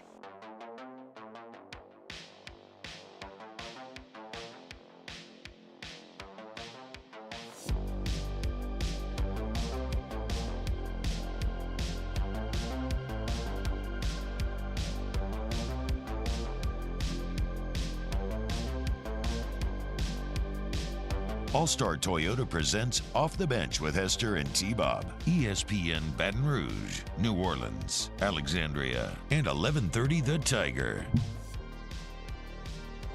What's happening, y'all? Welcome back. I'm in a group chat with a Steelers friend, and he always complains about Mike Tomlin. I'm like, bro, you can have Dennis Allen. And then he said, Dennis Allen, I think him getting that head coaching job was the first thing the entire football world agreed on was not the right move. And then my other buddy, who's high up in the Colts organization now, chimes in. He was just so inspiring his first time around as head coach, they had to give him another shot. Okay, relax, guys. Relax. DA's about to win the NFC South. And it starts this Sunday against the Falcons. What does he not like about Tomlin? It's the classic, it's the classic, first off, familiarity breeds contempt. Yeah. Second off, being always, never, like, they've just, your perspective gets warped when you're always pretty good, but you're used to being a franchise that wins championships now and then, and you haven't won one in, like 15 years? So when did Big Ben win his? Around, 07? Like 08, yeah. Before the Saints did. So I'm saying, yes, even though they don't understand that it could get worse, so, be careful. He's just there, Okay, it's a lot like me with Dak. Right? Because, a lot of people are like, I would like Dak as my quarterback. But I get what you're saying. Yes, and I'm like, but take him. Yeah, exactly. Exactly, right? And the next thing you know, you end up with Zach Wilson. I like Mike Tomlin. That's what I was asking. Well, no, I mean, because outside looking in, he's awesome. Every year he wins 10 games or they have a winning record. What's not to like? But if you're living in that, and every year you're experiencing that, well, then it feels like you're just stuck. Like James Franklin a little bit. Tomlin, Yes. The difference is Tomlin's actually finished it with something, a Super Bowl championship. Yes, yeah, for sure. But yeah, it's like when Marvin Lewis took the Bengals, who were awful, and went to the playoffs 7 times in a row. In the first 3 years, they're pumped. The next 4 years, they're pissed. Because they'd always lose in the first round. Yeah, no doubt. I know. But still, if you had asked the people who went through 15 awful Bengals seasons in a row where they're 3-13, they'd be like, bro, we'll take winning in the regular season. That sounds fun. But, yeah. You know how hard it is to be a coach in the NFL since 2007 and never have a losing season? That's what I'm saying. And yet he wants to run him out of town. I'm like, okay, how hard that is to Think about do. some of it. Come down here, Jake, Mike. A couple years ago, Devlin Hodges was playing quarterback for him for 5 games. Yeah. They had a winning record that year. Currently, Kenny Pickett is playing quarterback for him. I mean, that's a better example of Devlin Hodges. But. Who was the Duck guy? Duck Hodges. His real name was Devlin that Hodges. was Devlin. Duck was his Okay, nickname. okay. All right, let's do a little OTB mailbag. Special delivery! I have this special delivery for off the bench. And look, it is marked most urgent. We'll be writing to you. The internet. What the is the internet?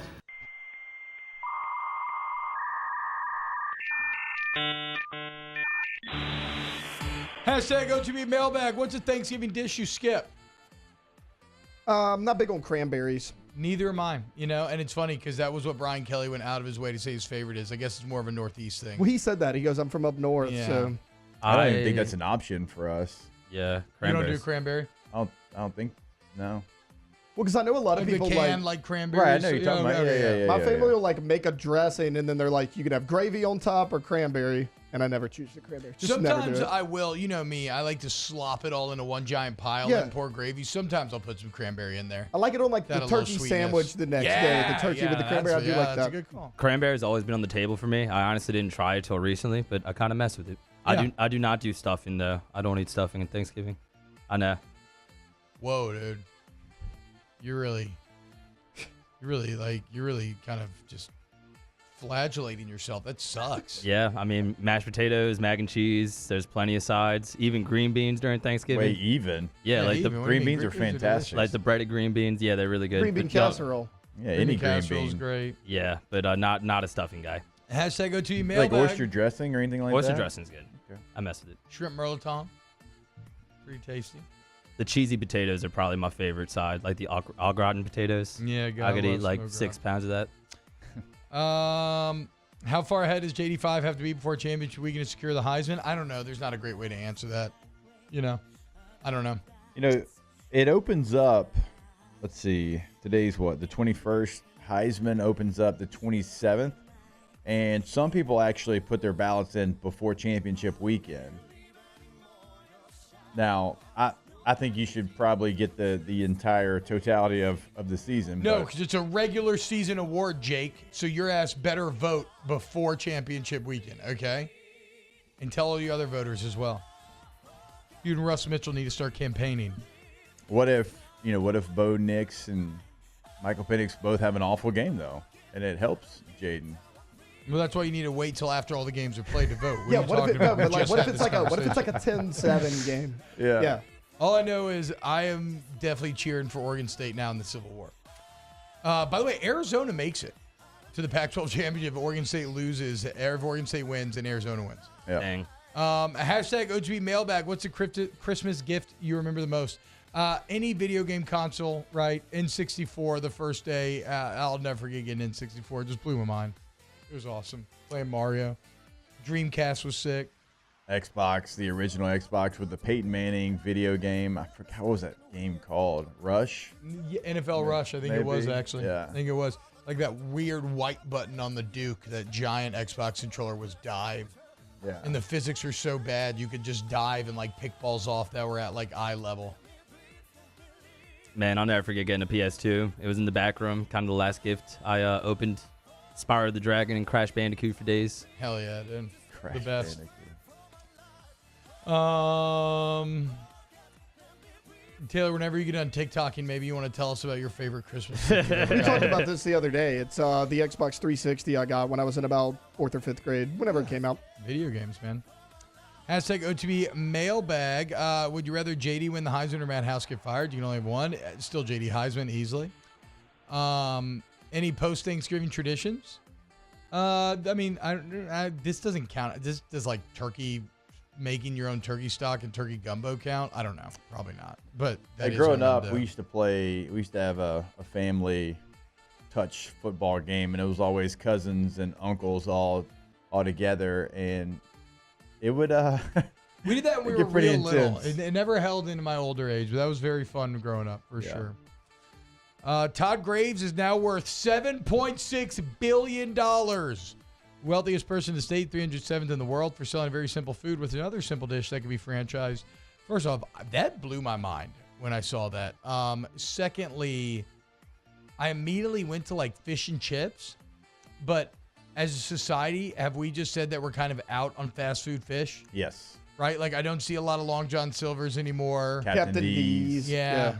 Okay. Captain D's. There's a restaurant named Captain D's. Yeah, you never heard of Captain D's? I never. We used to have one in Denham. There used to be one on Government, too. Yeah. If you guys see my nose starts bleeding, it's because I'm trying to avoid saying D's nuts. Yeah, that's what I'm saying. I didn't know that was a real place. I'm short-circuiting. So, what? Any simple food, boys, that we can make a lot of money on? I mean, chicken. You mentioned it the other day. You got what is it? Crispy, crunchy, Cane's, and Popeyes from here. I mean, chicken's kind of the way to go. I mean pizza, but there's a reason. Like there's so many. Yeah. Plus, are you ever gonna knock off the big three in pizza as Right. well? So Hummus. Did hummus work? I mean, I love hummus, but I don't. What? I don't Like know with that some a fast pita? food empire built. I What? mean, there's already syrups all around the place. I feel like that they have Syrups Express. I feel like that's already covered. Small sliders is already Sliders right there. looks like it's starting to take off. What We about missed some the boat. really bougie sliders. peanut butter and jelly, like with the crust cut off and pressed and everything? That could maybe be a good restaurant idea, like fast food. People love PB&J.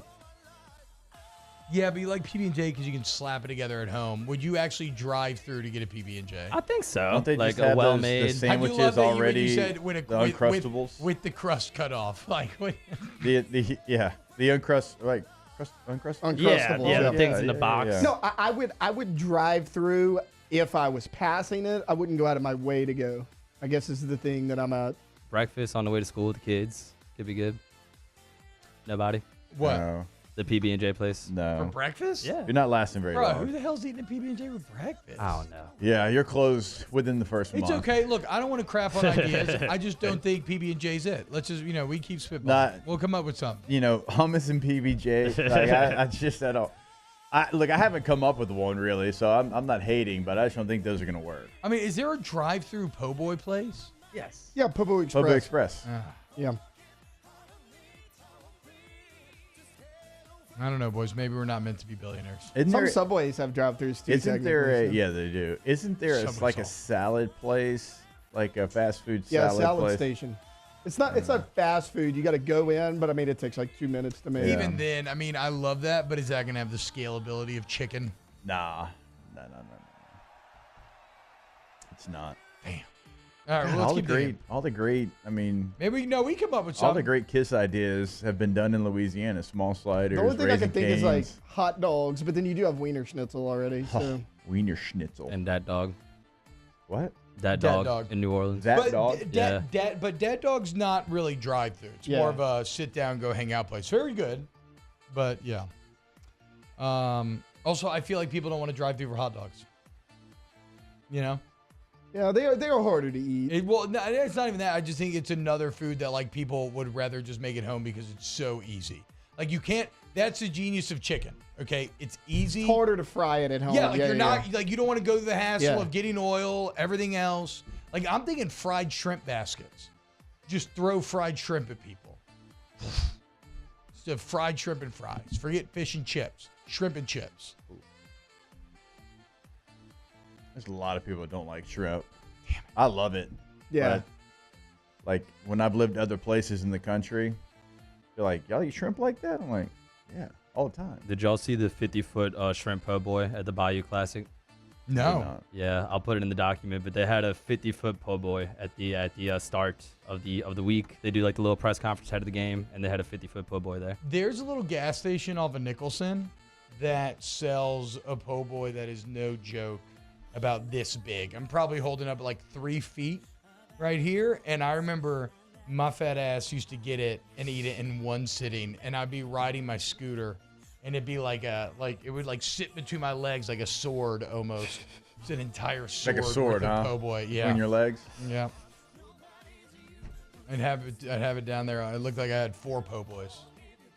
4 legs. No, what's the joke? Maybe like 2 po' boys, but only one was edible. Something like that, maybe. I don't know. Drive-through cigarettes? It's Ryan Smith. God, do y'all remember? Y'all don't. T-Bob might not even. Cigarette vending machines. Yeah, hell yeah. Do y'all remember? Were think y'all they old still enough have to those. remember They those? still have them in good like dive bars. I don't remember them. Okay, like I've used them in the last few years. That's the only reason I know what they are, because they have them in a few every places. single like 24-hour diner, like when T-Bob and I were growing up, they had a cigarette vending machine because you literally smoke everywhere when you walked into this diner. And RJ's in Shreveport's the one that I'm thinking of. It had a vending machine that had like 15 different brands of cigarettes, and you put the money in and you pull the lever. The pull plunger is the best part about it. That like and here comes the pack very of cigarettes. satisfying, chunky, like. Man, that's old school. And the glass was like a yellow tint because of all the smoke. Yeah, because everything in the restaurant was a yellow tint. God, there's got to be a freaking food out there. What about spaghetti? It's a ton of spaghetti. So there's a drive-through Italian chain. It's not very big. I'm trying to remember the name of it, but there is one. What if we did like Always Sunny in Philadelphia? We just gave people spaghetti in Ziploc bags. Because there's an episode of Always Sunny where they go to the movies and Charlie wants to sneak in food, and so he just brings spaghetti in a Ziploc bag.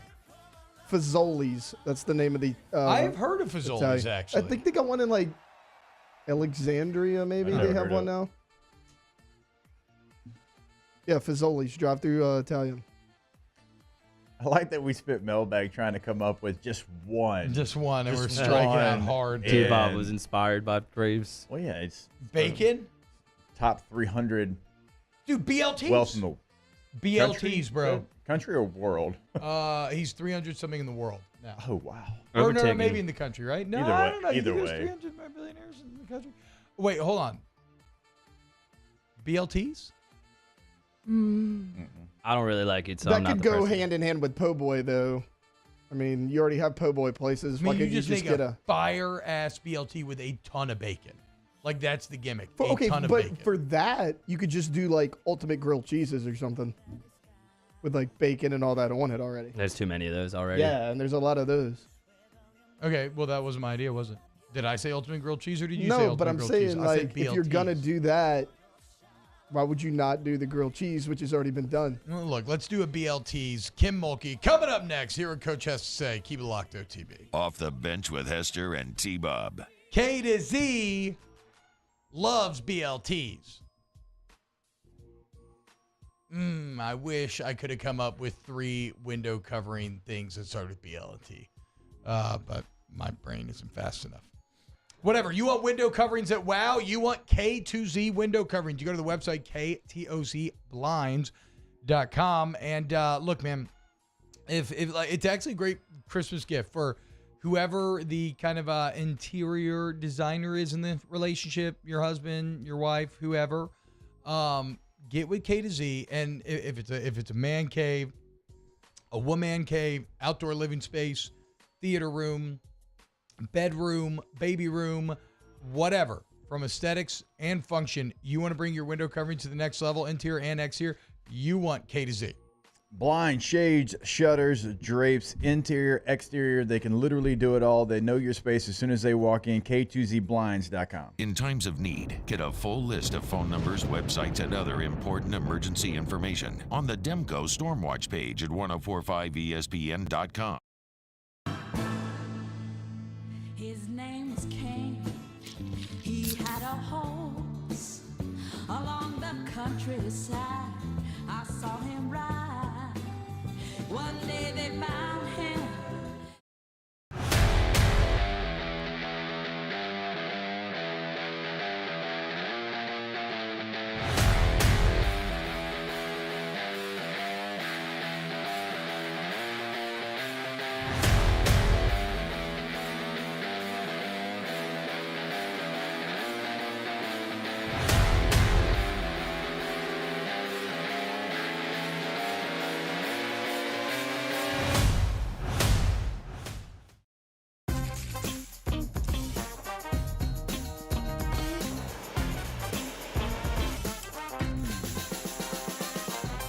The best kept secret in town is out. Discover Tallulah at the Renaissance Hotel on Bluebonnet. Bayou Chrysler Dodge Jeep Ram has $20,000 off MSRP on new 23 Ram 1500 trucks. $20,000 off plus no payments for 90 days on new 23 Ram 1500 trucks. All with Bayou's 1 million mile warranty. The crew at Bayou Automotive is going to do right by you.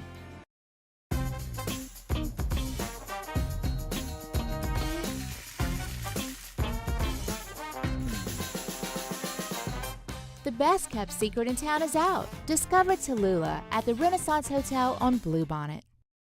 Gulf Coast Bank and Trust is giving our customers the power to bank anywhere, anytime during this challenging event. And we're right there with you. Our mobile banking app is a smart way to manage your money and time. Gulf Coast Bank and Trust, the bank that cares about you. The interior of an Infiniti is thoughtfully designed to be all about you. And by you, we mean every version of you. Because there's luxury you can feel, and there's luxury that lets you feel. Infinitely you. Experience luxury like never before with Infiniti Premium Care, included with the 2023 QX80 at your local retailer. Electricity is all around us, and our families depend on it. Every day is sparked by the power of a cold drink or a warm meal, a movie night, and a comforting light at the end of a dark hallway. From sunrise to sunset, playtime to bedtime, our team is ready to take care of your electrical needs. Even in the case of an after-hours emergency, the light in your life shines brighter with Mr. Electric. Gulf Coast Office Products is a nationally recognized Savin office equipment dealer based right here in Louisiana. Over 100 employees strong, Gulf Coast has the Voisin inviting you to join me and Coach Todd Black Wednesday night at 6 for Louisiana Prep Weekly. Our special guest will be Notre Dame head football coach Louis Cook. It's Louisiana Prep Weekly, live from Walk-Ons in Town Center, Wednesday night at 6 on 104.5 ESPN Baton Rouge.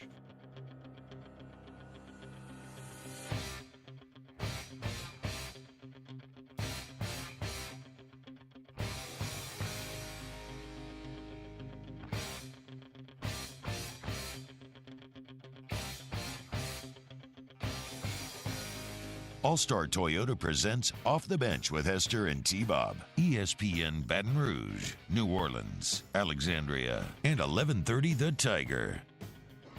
What's going on, y'all? Welcome back to OTB. It is Tuesday at 8:30, which we are pleased to announce means that we will once again every week be talking to the best coach at LSU, and that is Coach Kim Mulkey. National champion on the repeat path right now. Coach, long time, no talk on air at least. It's great to hear from you. How we doing this morning? Well, other than coughing, I'm really doing great. How are you guys doing? We're doing well. We're doing well. Shameless plug for an advertiser. Go to Patient Plus Urgent Care, Coach. Go get you right. Anyway, moving on. Hey, so I was texting you the night before the season began, right? And you were very honest with me going into that Colorado game. I thought you were playing possum. But you basically said, look, this is a Colorado team. They've played together more. We're still kind of learning each other. And, well, lo and behold, we saw how the game played out. How do you feel since that moment, the growth and the chemistry of your team has developed? Well, you know, without Angel right now, I don't think that the chemistry and the growth is going to be what it's going to be when she gets back, obviously. But what you have is next man up. That player that may not have gotten the minutes this early in the season is getting valuable minutes, and that's going to make us even better. So you just keep coaching what you have on the floor until you get all your pieces back, and we will. And, you know, we've got a long way to go, and it starts on the defensive end of the floor. We can score points, but, guys, you know, you win championships on the defensive end of the floor. Yeah, and, I mean, I know you can score 3 of the last 4 games now. Or no, 4 of the last 5 going over 100. So definitely filling it up at a pretty insane volume. Coach, there's something kind of fascinating on this side, you know, just watching everything kind of outside looking in, and I'm sure you're more used to dealing with this, but it's kind of the double-edged nature of success, right? You win a national championship ahead of schedule, you're beloved, everybody's so excited, but with that success, it feels like there's always the parties waiting in the wing, kind of waiting on your downfall, right? Waiting on anything to kind of latch on to you. How do you get young athletes, college kids, how do you get them ready to kind of mentally deal with that? I don't know that you sit down and you talk to them about it. I think that's what makes life so interesting. Sometimes you have to learn how to deal with it in the moment. And, you know, the landscape of college athletics has changed with NIL. And with that comes a lot of wonderful things. The landscape has changed with social media. And with that comes a lot of things as well. So sometimes they have to learn to navigate it themselves, and sometimes the hardest lessons are learned when you win and then you get attacked. And, you know, it's life. You can't protect everybody, but if you're going to be on all that stuff, you got to be able to take all that stuff, and I'm not. I'm going to coach the same way I started coaching 40 years ago. I'm going to discipline the same way I've been disciplined for 40 years, and nothing changes in my world. This is college athletics. While the landscape has changed, we are still college athletics. And, Coach, you mentioned, obviously, NIL and transfer portal, something that's changed in college athletics as well. And when you bring in new players and you kind of, you know, put them together with players that you've recruited and just kind of find their way together, like, what's the main thing you try to do to make sure the chemistry is right on the court? Well, you have to be together. You know, it's kind of, you guys know if you start dating a girl, you're not going to marry her after the first date, are you? You got to be around her. You got to see what you like. Yep. You got to, you know, have that cohesiveness, and that's what you do. You're on the floor every day. You're around each other. You build it. It doesn't happen overnight, and good teams work hard because you're trying to shorten the period of time it takes to build that chemistry and to build that cohesiveness. And, you know, our kids are new. You've got 4 freshmen that are highly regarded. You got 2 transfers. You have really 2.5 players, 3 players that got significant minutes. And if you add Samaya, that would be the 4th, and Poa would be the 5th. So you've got a wide variety of backgrounds here, and they all have to play in order for us to be very good. Well, and last year, Coach, you brought together some pretty disparate elements, right? Some holdovers, new faces, and you obviously made them into the ultimate form of a team as you won a national championship. Does every team exist independently of the other, or do you take over, or do kind of lessons carry over from last year in that you have a lot of new faces once again that you're trying to get to mesh? Well, both. If you have a majority of your team returning like a Colorado, it's easy. And that's why you always love when you say, man, you got a lot of kids that played together a lot of minutes. Man, that's going to make us better faster. Absolutely it will. But when you have the transfer portal and you bring in kids, you got freshmen coming in, it's a different team. We are not the same team today that we were when we won the national championship, but that does not mean that you may have better talent. That does not mean you may have more depth, but we're not the team yet. Coach, when you're trying to figure out exactly what it's going to look like maybe down the road, like in your coaching passes, or like, hey, by this date, I'd love to have kind of my rotation set. And I know there can be small changes, but by the time we get to this point in the schedule, I'd really like to have an idea of how many people we're going to play, what that rotation is going to look like, or do you allow it to just kind of happen throughout the season depending on what your needs are? Well, you'd like to have it as soon as possible, but sometimes teams don't really make it easy for you, either because you have too much depth or you have an injury or two, but you'd like to have it before you start conference, but that doesn't mean that it's set in stone, even if you do have it. Coach, we used to talk to Coach O weekly on this program as well, and he was a big block out the noise guy, right? And this kind of goes hand in hand with the kind of you talk about, just look, if you want the spotlight, you got to be willing to deal with the other side as well. Do you have any kind of saying or mantra that you fall back on when it comes, when there is a lot of outside chatter going on? I really don't, because see, most people, they're involved in social media, and guys, I'm not. I just am not. I get a little bits and pieces from my coaching staff and things like that. That's, to me, it's just tabloid journalism. That's just, it's awful. And I just don't engage in it. It's not on my phone. It's just something that I don't even think about now. These young people do. I mean, their lives revolve around all that. But as I tell them, you better be able to take the good with the bad, because if you're going to get praised on there, you're going to get criticized on there.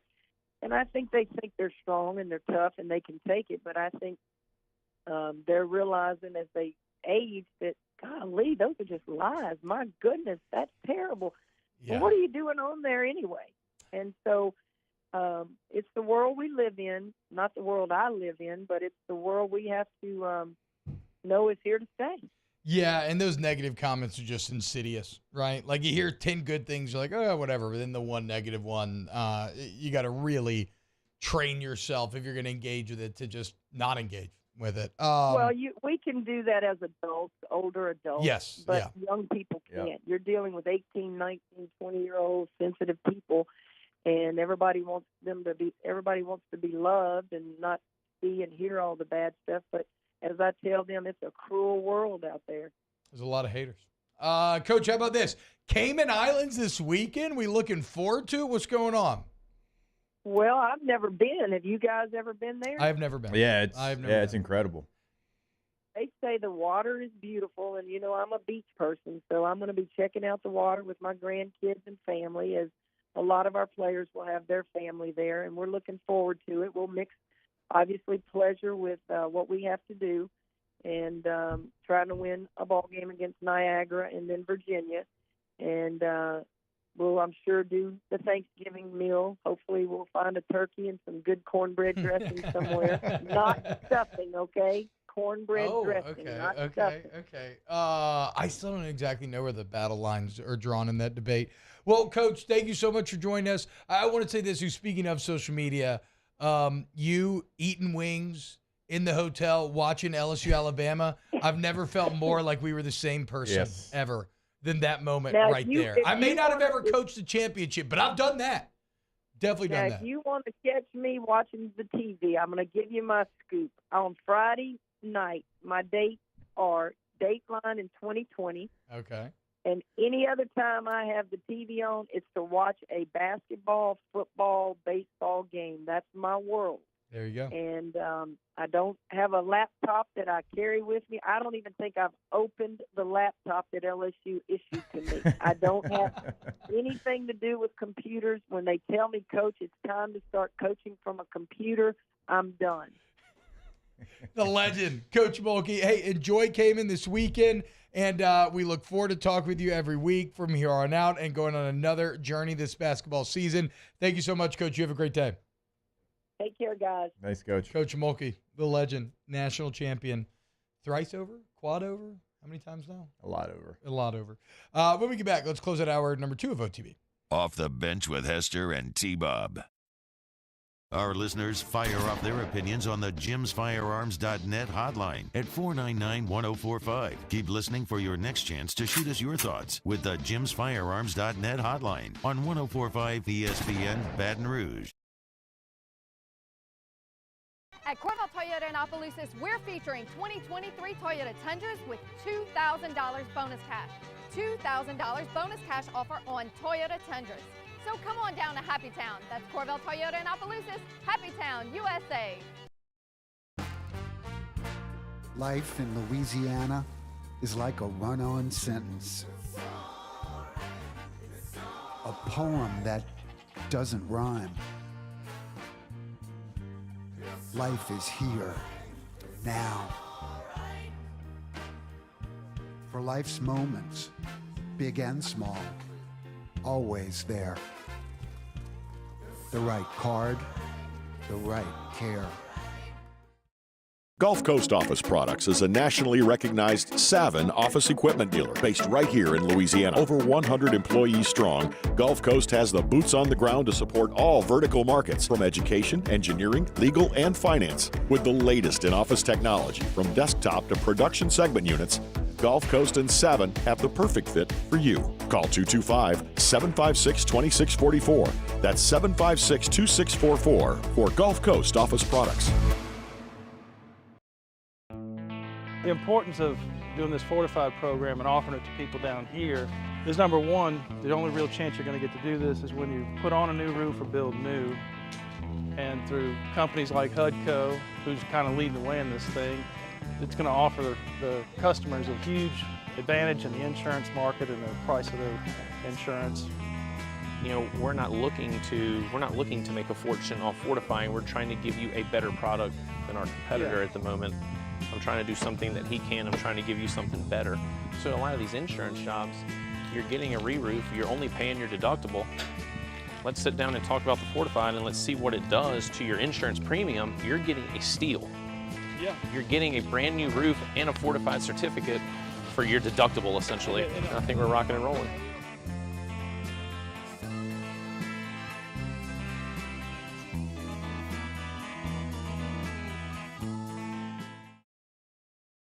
At Relief Windows, we're more than windows. We're windows, doors, hardy plank, and vinyl siding.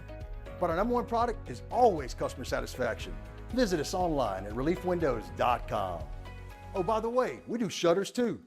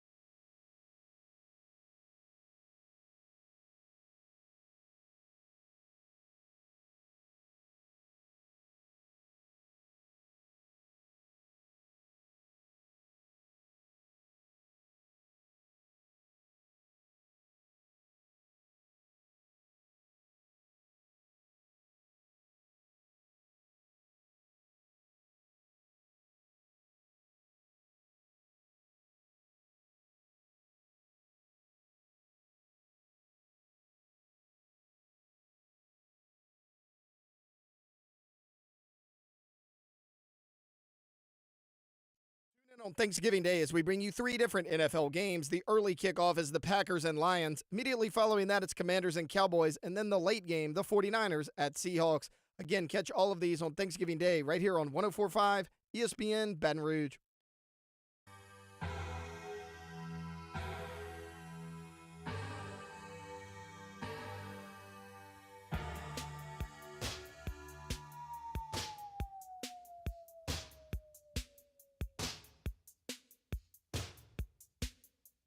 All-Star Toyota presents Off the Bench with Hester and T-Bob. ESPN Baton Rouge, New Orleans, Alexandria, and 1130 The Tiger. What's up, y'all? Welcome back to OTB. Coach Mulkey hanging out with us. They did beat Texas Southern 106-47. Very interested to see where all that ends up going with Angel Reese. Reason we didn't ask is because if you've listened to any of the press conferences, she's kind of said her piece on it, okay? And I don't think we were going to get anything that hasn't already been I mean, she mentioned, though, like when she comes back. Yeah, for sure. Look, Coach Mulkey is one of those rare coaches where because she has the skins on the wall, she doesn't have to play, she can afford to run the old hard line of like, look, I don't care who you are. If you break whatever rule, and I have no idea whatever has been broken or not, but if you break whatever rule, like, I don't care who you are, you're going to, there's going to be consequences. Not every coach can do that. You can do that, though, when you've got all the natties and everything else, and you've still got a good team, right? Because, that's the other part about it. Wow, guys, I'm seeing the picture of this 50-foot po' boy now. Looks pretty awesome.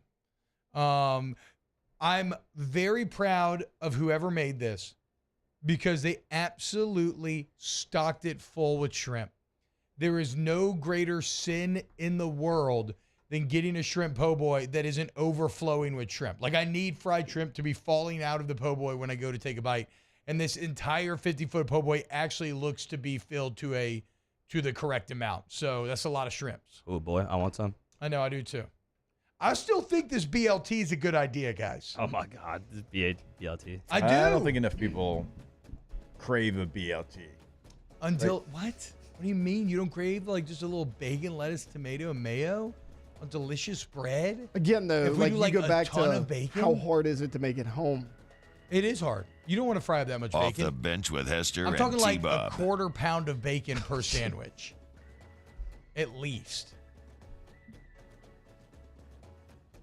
It's not as bad as PB&J and hummus idea. Agaton Baton Rouge. That's always a good idea. Maybe we could talk to the Agaton owners, see if they want to partner with us on our BLT idea. Whatever. Y'all are out. It's BLT Bob now. Okay? Y'all are done.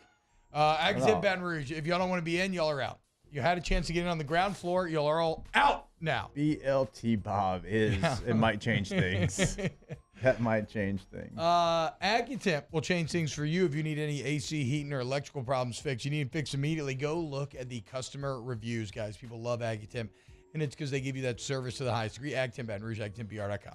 Go to the website today. You can schedule your appointment online and check out those online reviews we talk about all the time. But schedule today, AccuTempBR.com.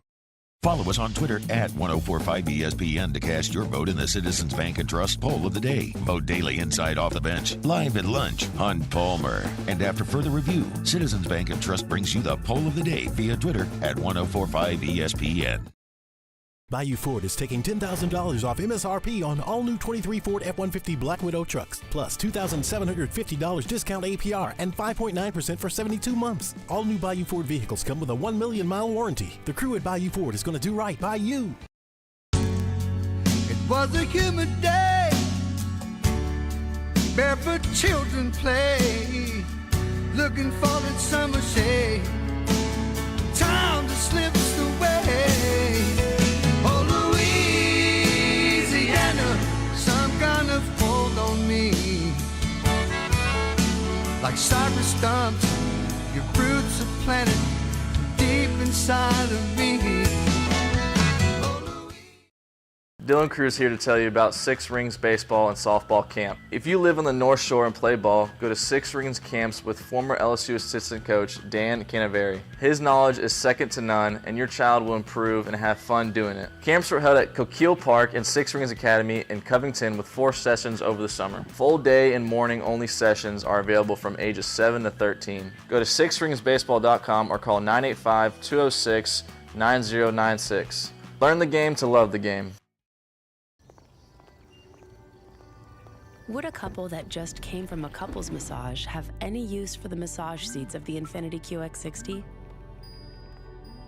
Yes, it appears they would. With driver and passenger massage seats, Mute all your notifications and feel infinitely you.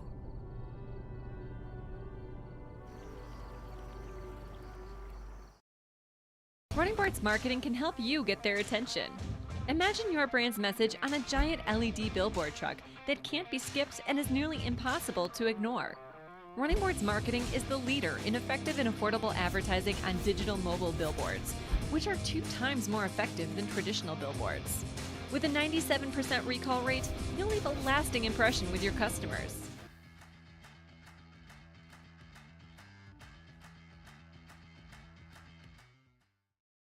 Electricity is all around us, and our families depend on it. Every day is sparked by the power of a cold drink or a warm meal, a movie night, and a comforting light at the end of a dark hallway. From sunrise to sunset, playtime to bedtime, our team is ready to take care of your electrical needs. Even in the case of an after-hours emergency, the light in your life shines brighter with Mr. Electric.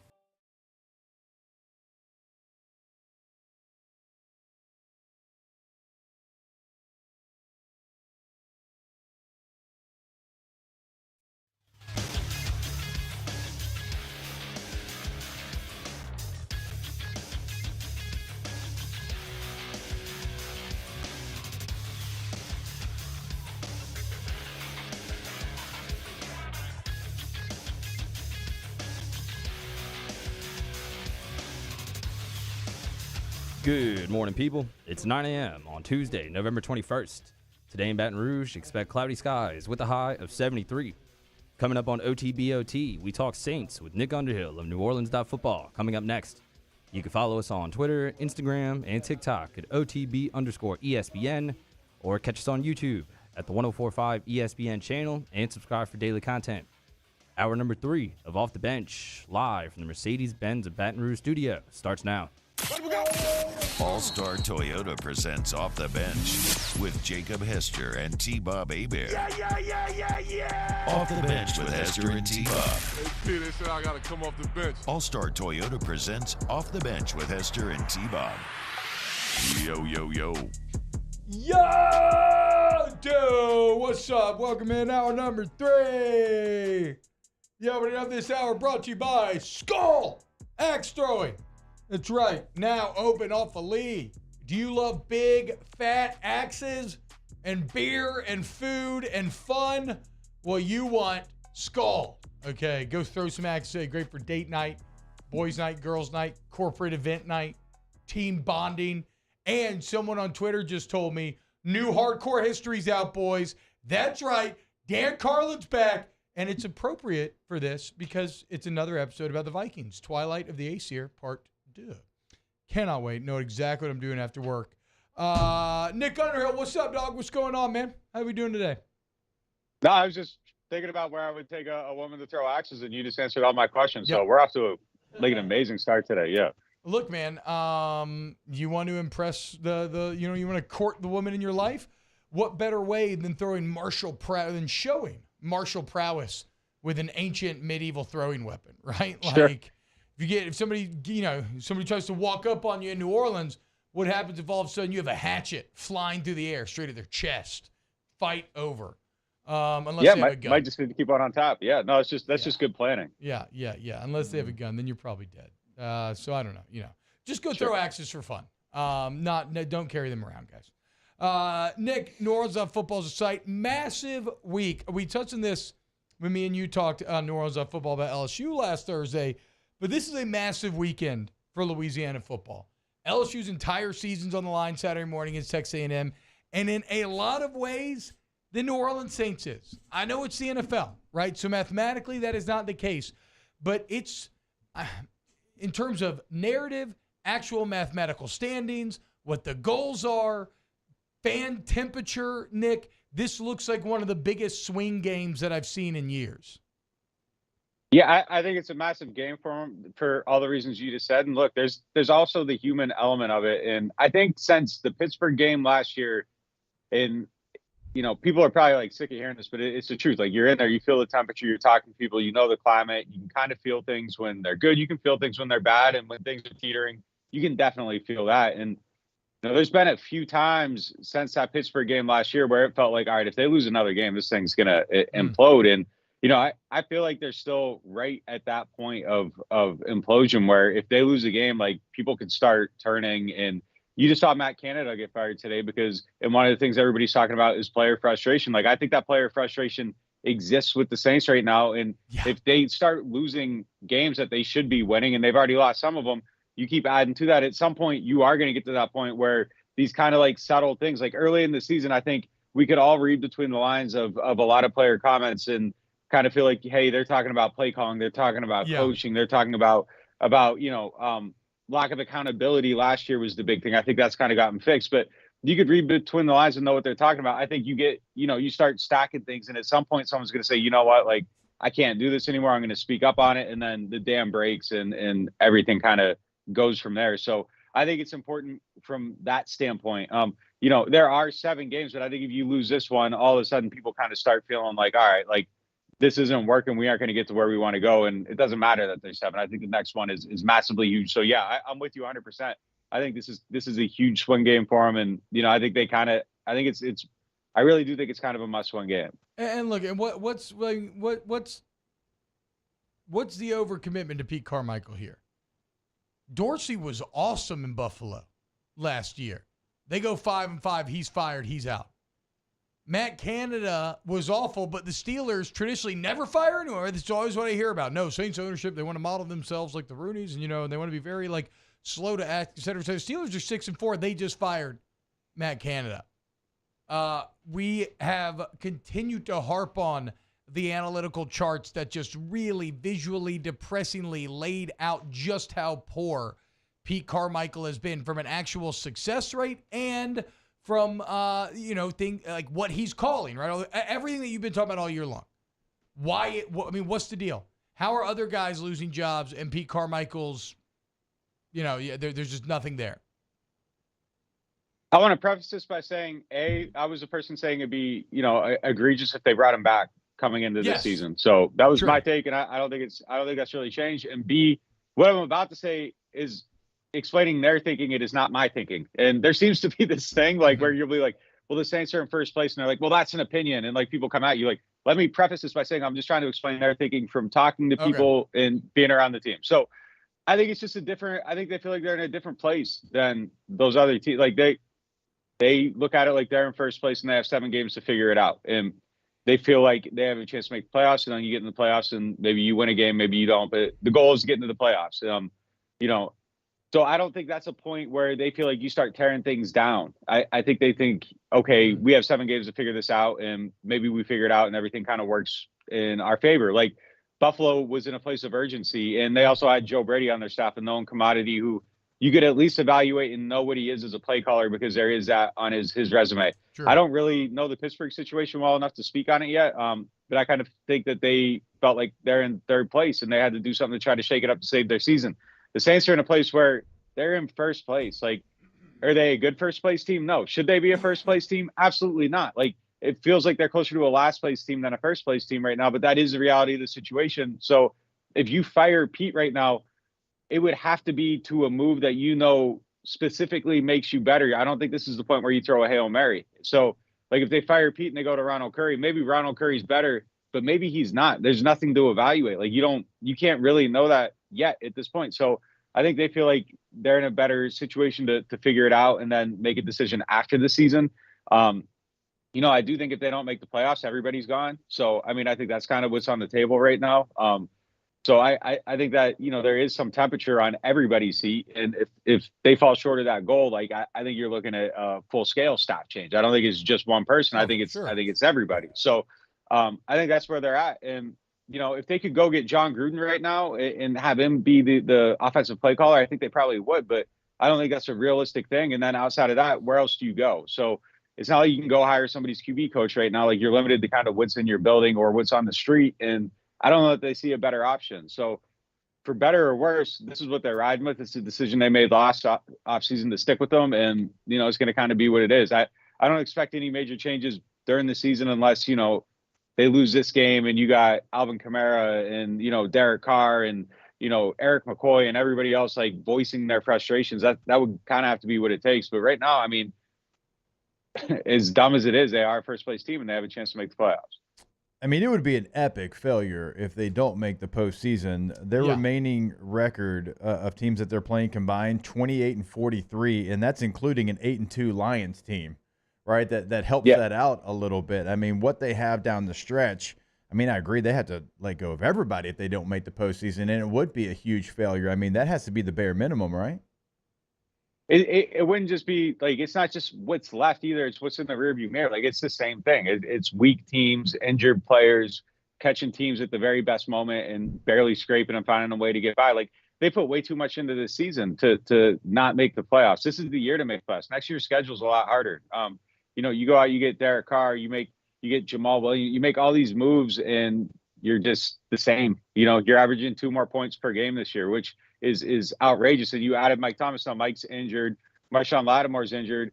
I would hope those things aren't used as excuses if they fail to meet their goals, because like, you faced everybody at their weakest. Like, you should have built enough momentum to be able to weather a storm. So if you lose your, second or third best offensive player and your best defensive player, massive hit. But like, at this point, like, I don't think it deserves contextualizing, because you've blown way, way, way too many opportunities to build that lead out. So if they don't make the playoffs, I mean, I don't see, like, I think it's a good barometer when everybody's sitting around and they're like, you can't do this again, right? You can't do this again, right? Like, that's when everybody's saying the same thing. Like, at some point, it's plainly obvious that if they don't meet their goals this year, they can't do this again. Like, it would be just insane. So I think at that point, we've heard a lot about player execution. People, the players aren't executing, they aren't doing this, they aren't doing that after every game. It's player execution. Okay, cool. At some point, like, player execution turns into like, what are the coaches doing? Because, if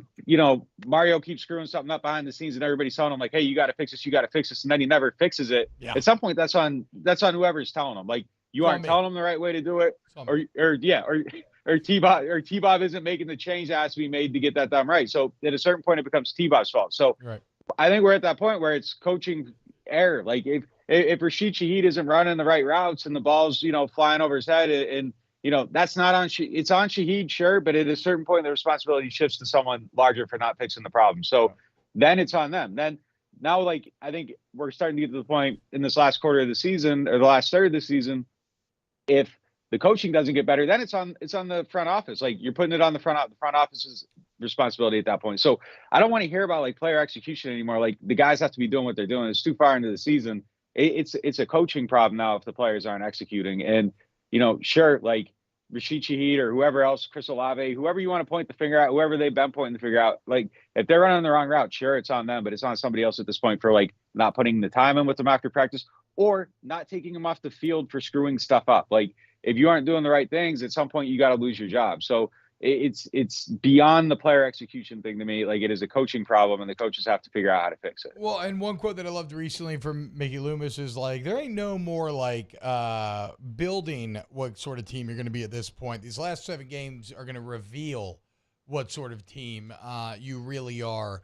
Coming out of the bye, what are kind of the main things that you want to see? Do you have like 1 or 2 goals of what you think you would need to see the Saints get fixed over this last 2-week break?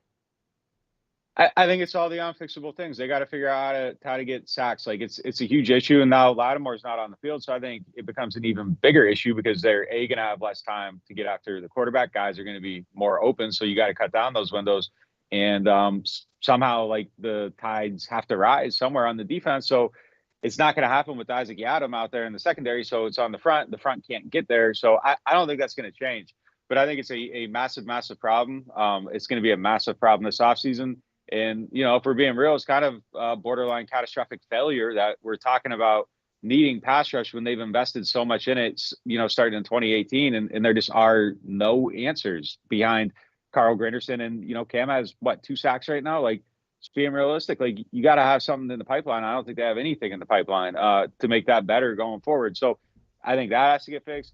I think the offensive line has to block better. I don't think that's going to get cured. Like, Trevor Penning's not going to, snap his fingers and figure everything out over the last 7 weeks. So I think you just kind of got to piece together a decent run blocking scheme and try to be 4 yards a carry the rest of the way. We saw it in the last game, so maybe it's possible. So maybe that's okay going forward.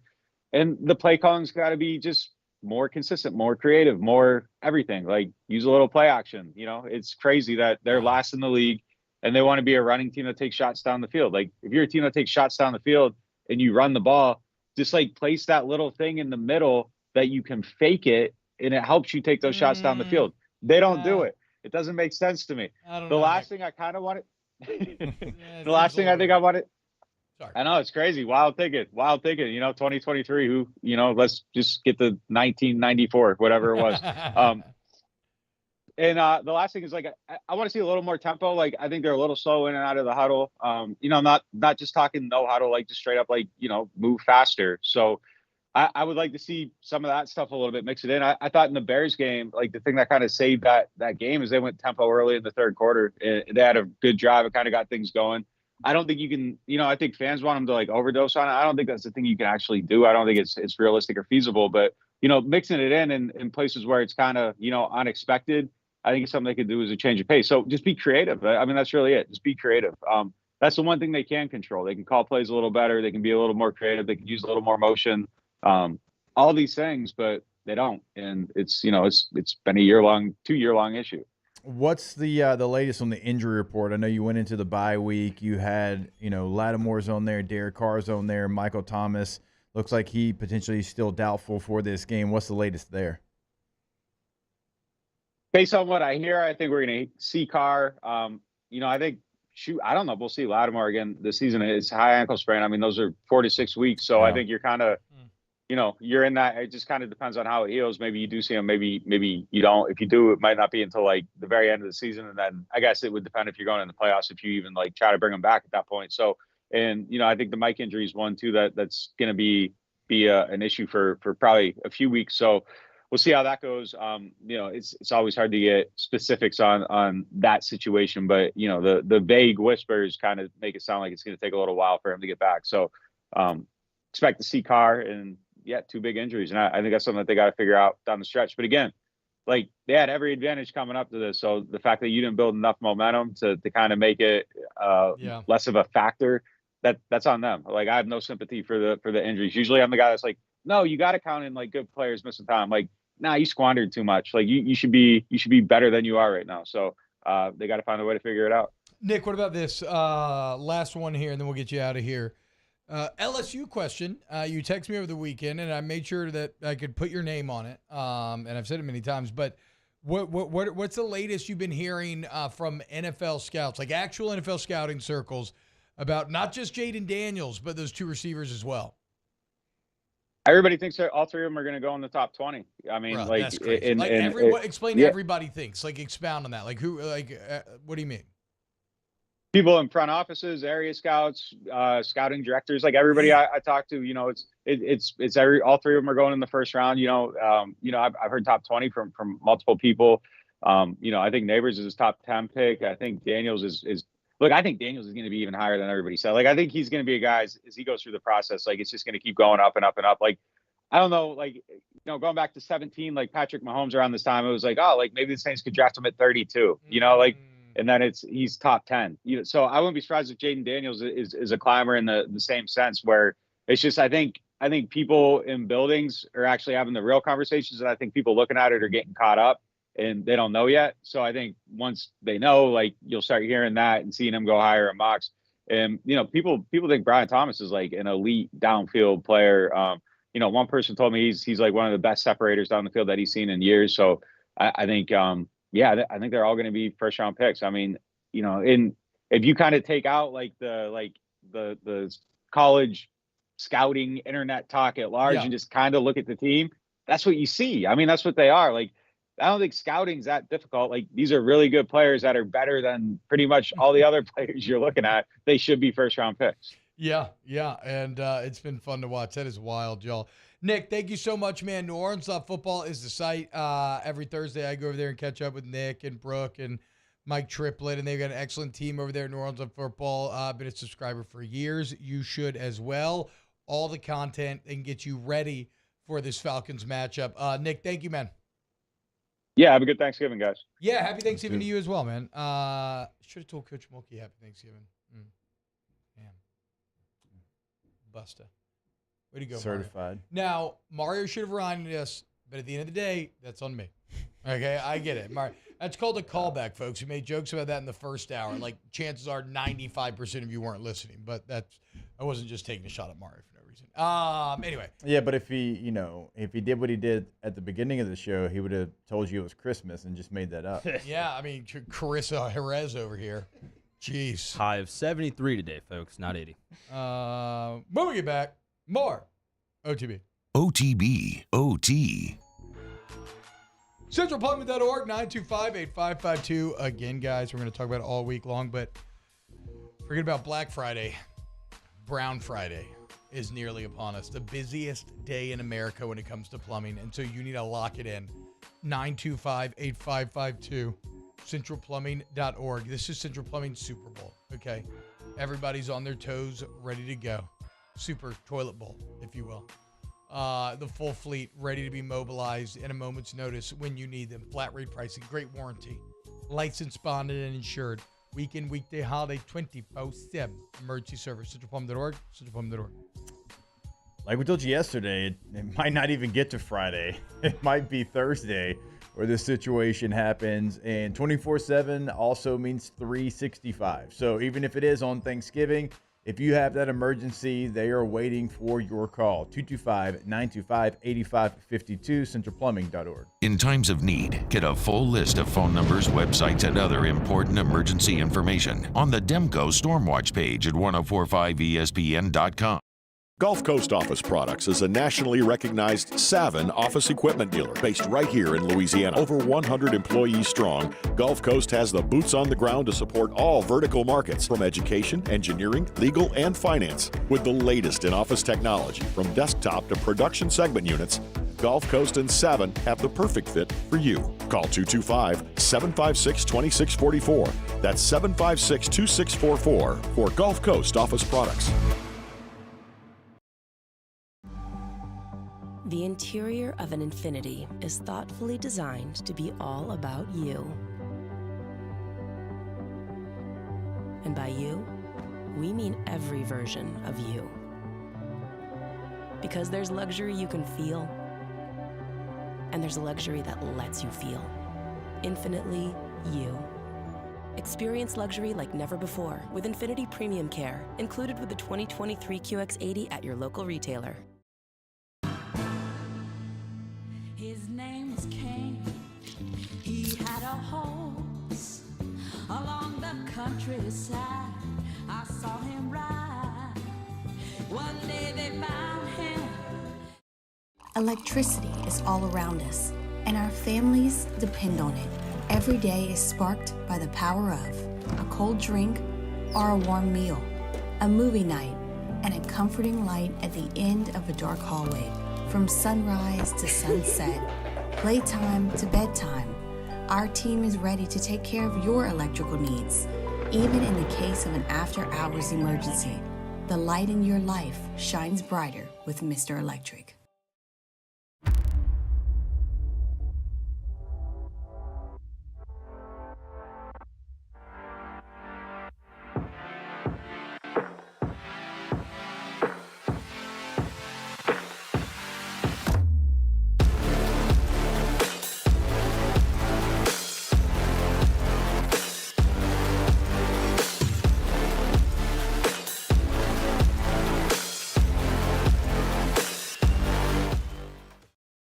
Gulf Coast Bank and Trust is giving our customers the power to bank anywhere, anytime during this challenging event. And we're right there with you. Our mobile banking app is a smart way to manage your money and time.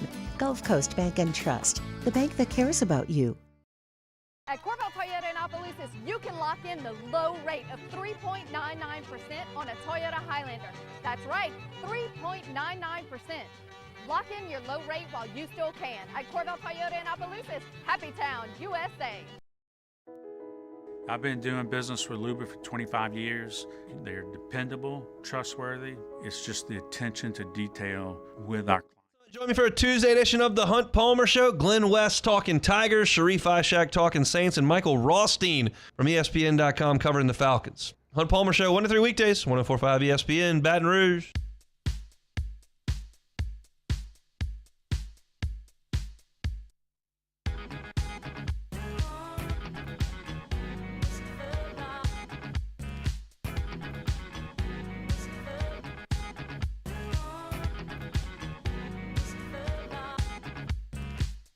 Congratulations to Dave Gloden. Dave is our Week 12 winner in the 2023 Twin Peaks College Football Pick'em Contest. He wins a gift card. Don't forget to make your picks for the final week of this season's contest, Week 13, by noon on Thursday. Play the Twin Peaks College Football Pick'em today at 1045ESPN.com. OTB, OT, with Hester and T-Bob on 1045 ESPN Baton Rouge and 94.7 ESPN Alexandria. What's happening, y'all? Welcome back to OTB. Shout out Nick Underhill. Had a good sit down with Nick just now. If you take out the Detroit Lions record of 8-2, the Saints' opponents to finish the season 20-41. 20-41. Even if you leave Detroit in there, it's 28-43. I mean, that's not like it's breaking by any means. Bruh. The problem, Bruh. I guess the worry is because you're playing bad teams to finish the year, you have a great chance of making the postseason.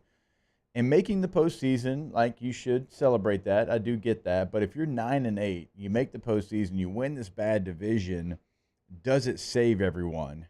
That should be the worry. No, I mean, look, we've talked about it on this show before. Happy birthday to Jacques Doucette, by the way.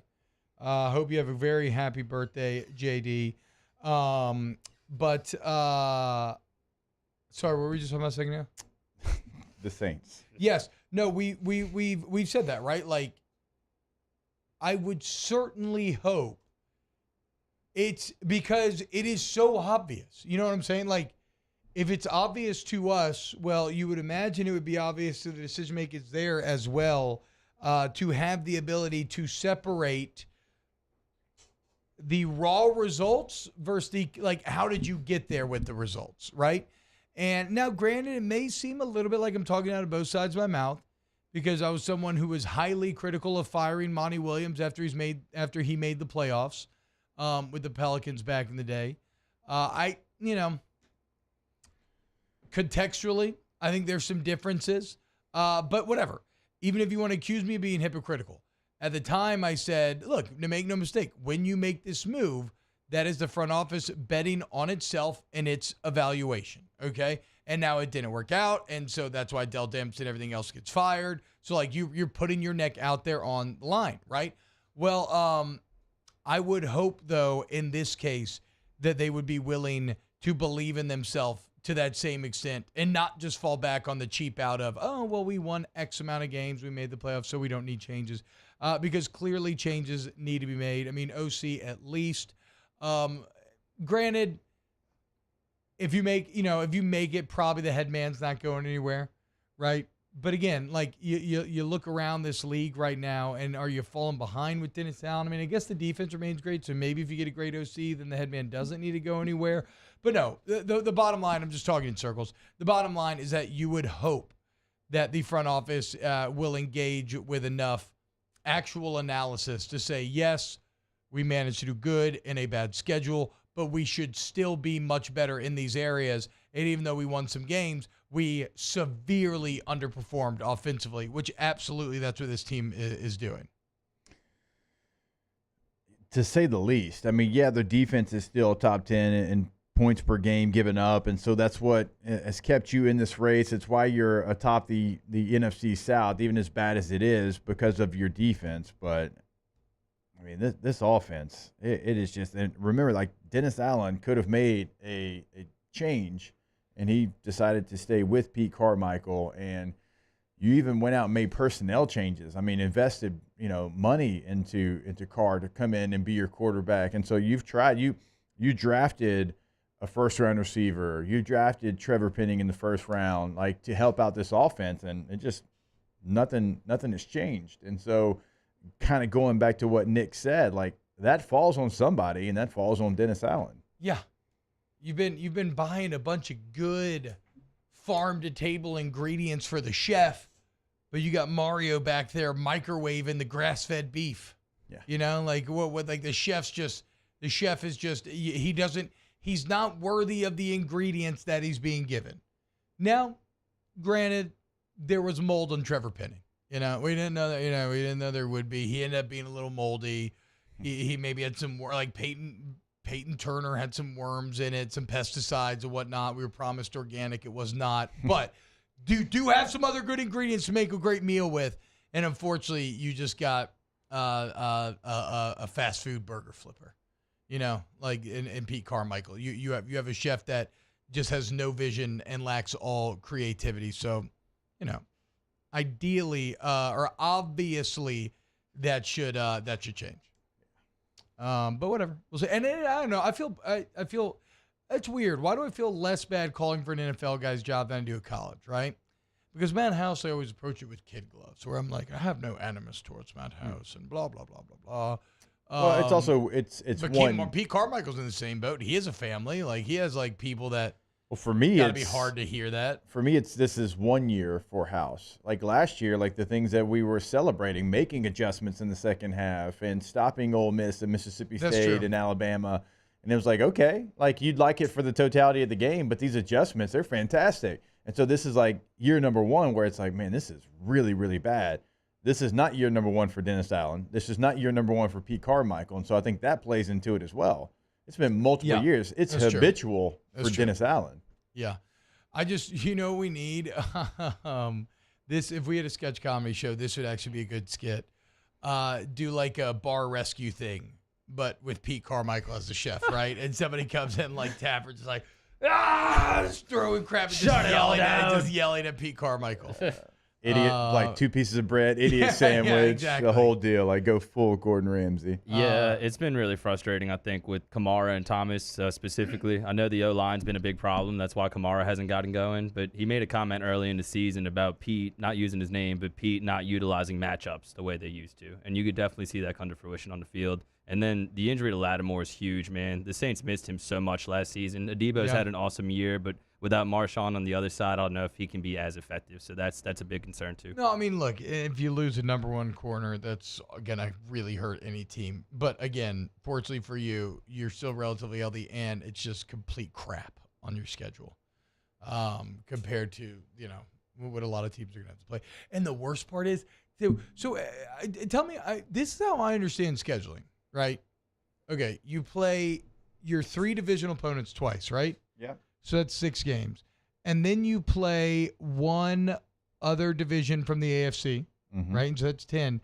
And then aren't the other games you play the team that finished in the same place in all the other divisions, right?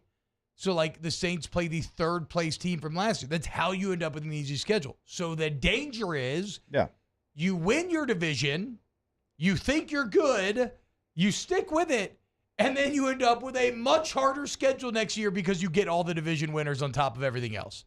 Like, so that's where you got to be real careful. Yeah, I mean, imagine this Saints team or next year's Saints team. I mean, who knows how much better it's going to be playing the Eagles, 49ers. That's what I'm saying. Like, it feels a little different, don't it? So they should realize that as well. Yeah, and the Titans were the 17th game. That was the one that was added because you played the was it the Titans or Patriots? Patriots were the added game because you played the South, and so you added in the Patriots there, and Patriots are a bad team. So well, they got 3rd last year, right, in their division? No, they're just the added game, I believe, because that only plays in the NFC. Like you played the division, the NFC North, and then you add in the teams that finished, in a certain spot in their division. So whatever. Like Giants and Rams, Falcons. I believe, are 2 of those. I mean, that's the best part about football, though. You beat the Falcons. I'm going to come in here on Monday and be like, woohoo! Yeah, baby! Saints are back! Hell yeah! Here's to hoping we have a good Monday next Monday. More OTB when we get back. OTB. OT. Go to allstartoyotabatonrouge.com, allstartoyotabatonrouge.com. Toyotathon going on right now. And if you want great deals, look at that. You can see them right there on the website, allstartoyotabatonrouge.com. Remember, if you are a military member, a recent graduate, you always have incredible deals over there at All-Star. And the selection, the people, the prices, it's all the best. If you need a rent for this holiday season, you're going on vacation, you don't want to put miles on your vehicle, hit up my girl, Miss Lisa Sessions in the rental apartment. She'll get you straight. All-Star Toyota Baton Rouge. Go to the website and reserve that Toyota for this week. You got maybe a trip coming up, probably leaving even tomorrow. That's okay. Like you can call them today and you can reserve that vehicle for tomorrow, pick it up, go on your trip for Thanksgiving. Return it on Friday if it's a quick turnaround, or even coming up next week. Per day rental prices. Remember, you can find all of those on the homepage of the website and reserve right there. All-Star Toyota of BatonRouge.com. Our listeners fire off their opinions on the jimsfirearms.net hotline at 499-1045. Keep listening for your next chance to shoot us your thoughts with the jimsfirearms.net hotline on 1045 ESPN Baton Rouge. The Windsor Senior Living Community in Mandeville, Louisiana is a beautiful, vibrant apartment community geared towards seniors. They are nestled right in the heart of Mandeville, where seniors live a more carefree lifestyle in spacious apartments with the peace of mind that comes from having a little extra help. Call the Windsor at 985-624-8040 to schedule a lunch and tour. Come see how the Windsor can be your passport to peace of mind. Gulf Coast Office Products is a nationally recognized Savin office equipment dealer based right here in Louisiana. Over 100 employees strong, Gulf Coast has the boots on the ground to support all vertical markets, from education, engineering, legal, and finance. With the latest in office technology, from desktop to production segment units, Gulf Coast and Savin have the perfect fit for you. Call 225-756-2644. That's 756-2644 for Gulf Coast Office Products.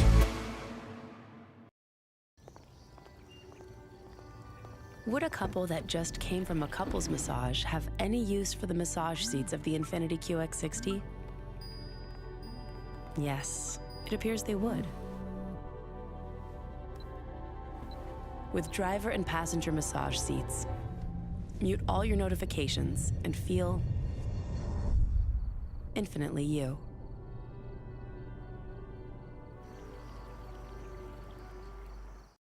Electricity is all around us, and our families depend on it. Every day is sparked by the power of a cold drink or a warm meal, a movie night, and a comforting light at the end of a dark hallway. From sunrise to sunset, playtime to bedtime, our team is ready to take care of your electrical needs. Even in the case of an after-hours emergency, the light in your life shines brighter with Mr. Electric.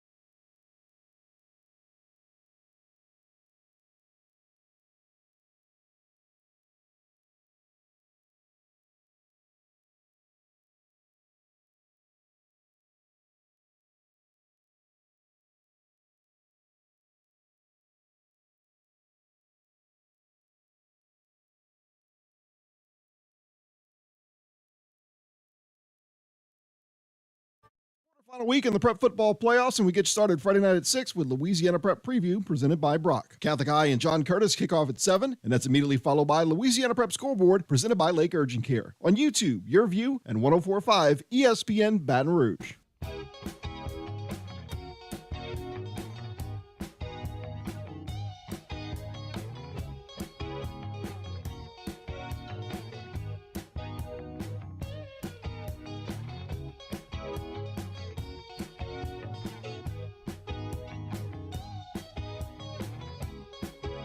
OTB OT with Hester and T-Bob on 104.5 ESPN Baton Rouge and 94.7 ESPN Alexandria.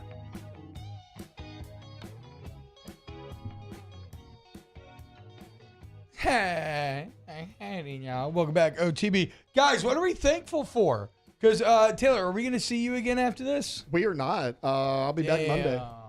Where are you going? I'm going to Killeen, Texas, the bustling metropolis of Killeen, Texas, just outside of Waco. Come on, Killeen, let's have Thanksgiving with our family. I don't hate it. Ooh, I like that one. Yeah, great 80s song. All right, what you got going on? Who are you going to visit? My wife's older sister, she lives out there, so her whole side of the family's going up there. Nice. So we're going. We're leaving, I don't know, I guess noon, like right after the show, I'm heading home. Nice. Kids, like where are you going to be sleeping? You going to be like an air mattress? No, How's we this got a work? spare bedroom. Air We're gonna mattress. sleep in there. It's got Hey, living large and clean. It's got a Enough normal spare mattress. bedrooms for the whole family, parents and everybody. I think so. I mean, I think it's her parents, me and my wife, and then her and her husband. I think they have 3 bedrooms. So. Okay, hell yeah, nice. Dude. I thought you said there were going to be kids everywhere. There are. She has 3 kids. Okay. That's what I'm saying. That's a lot of bedrooms. I don't know where they're sleeping. That's three not my kids problem. isn't kids everywhere. You think you're kicking the kids out of their own room? I think outside is where. No, I don't know where they're going. Mark, what do you got going on for Thanksgiving? Oh, I'm going back home to Kenner, seeing some family.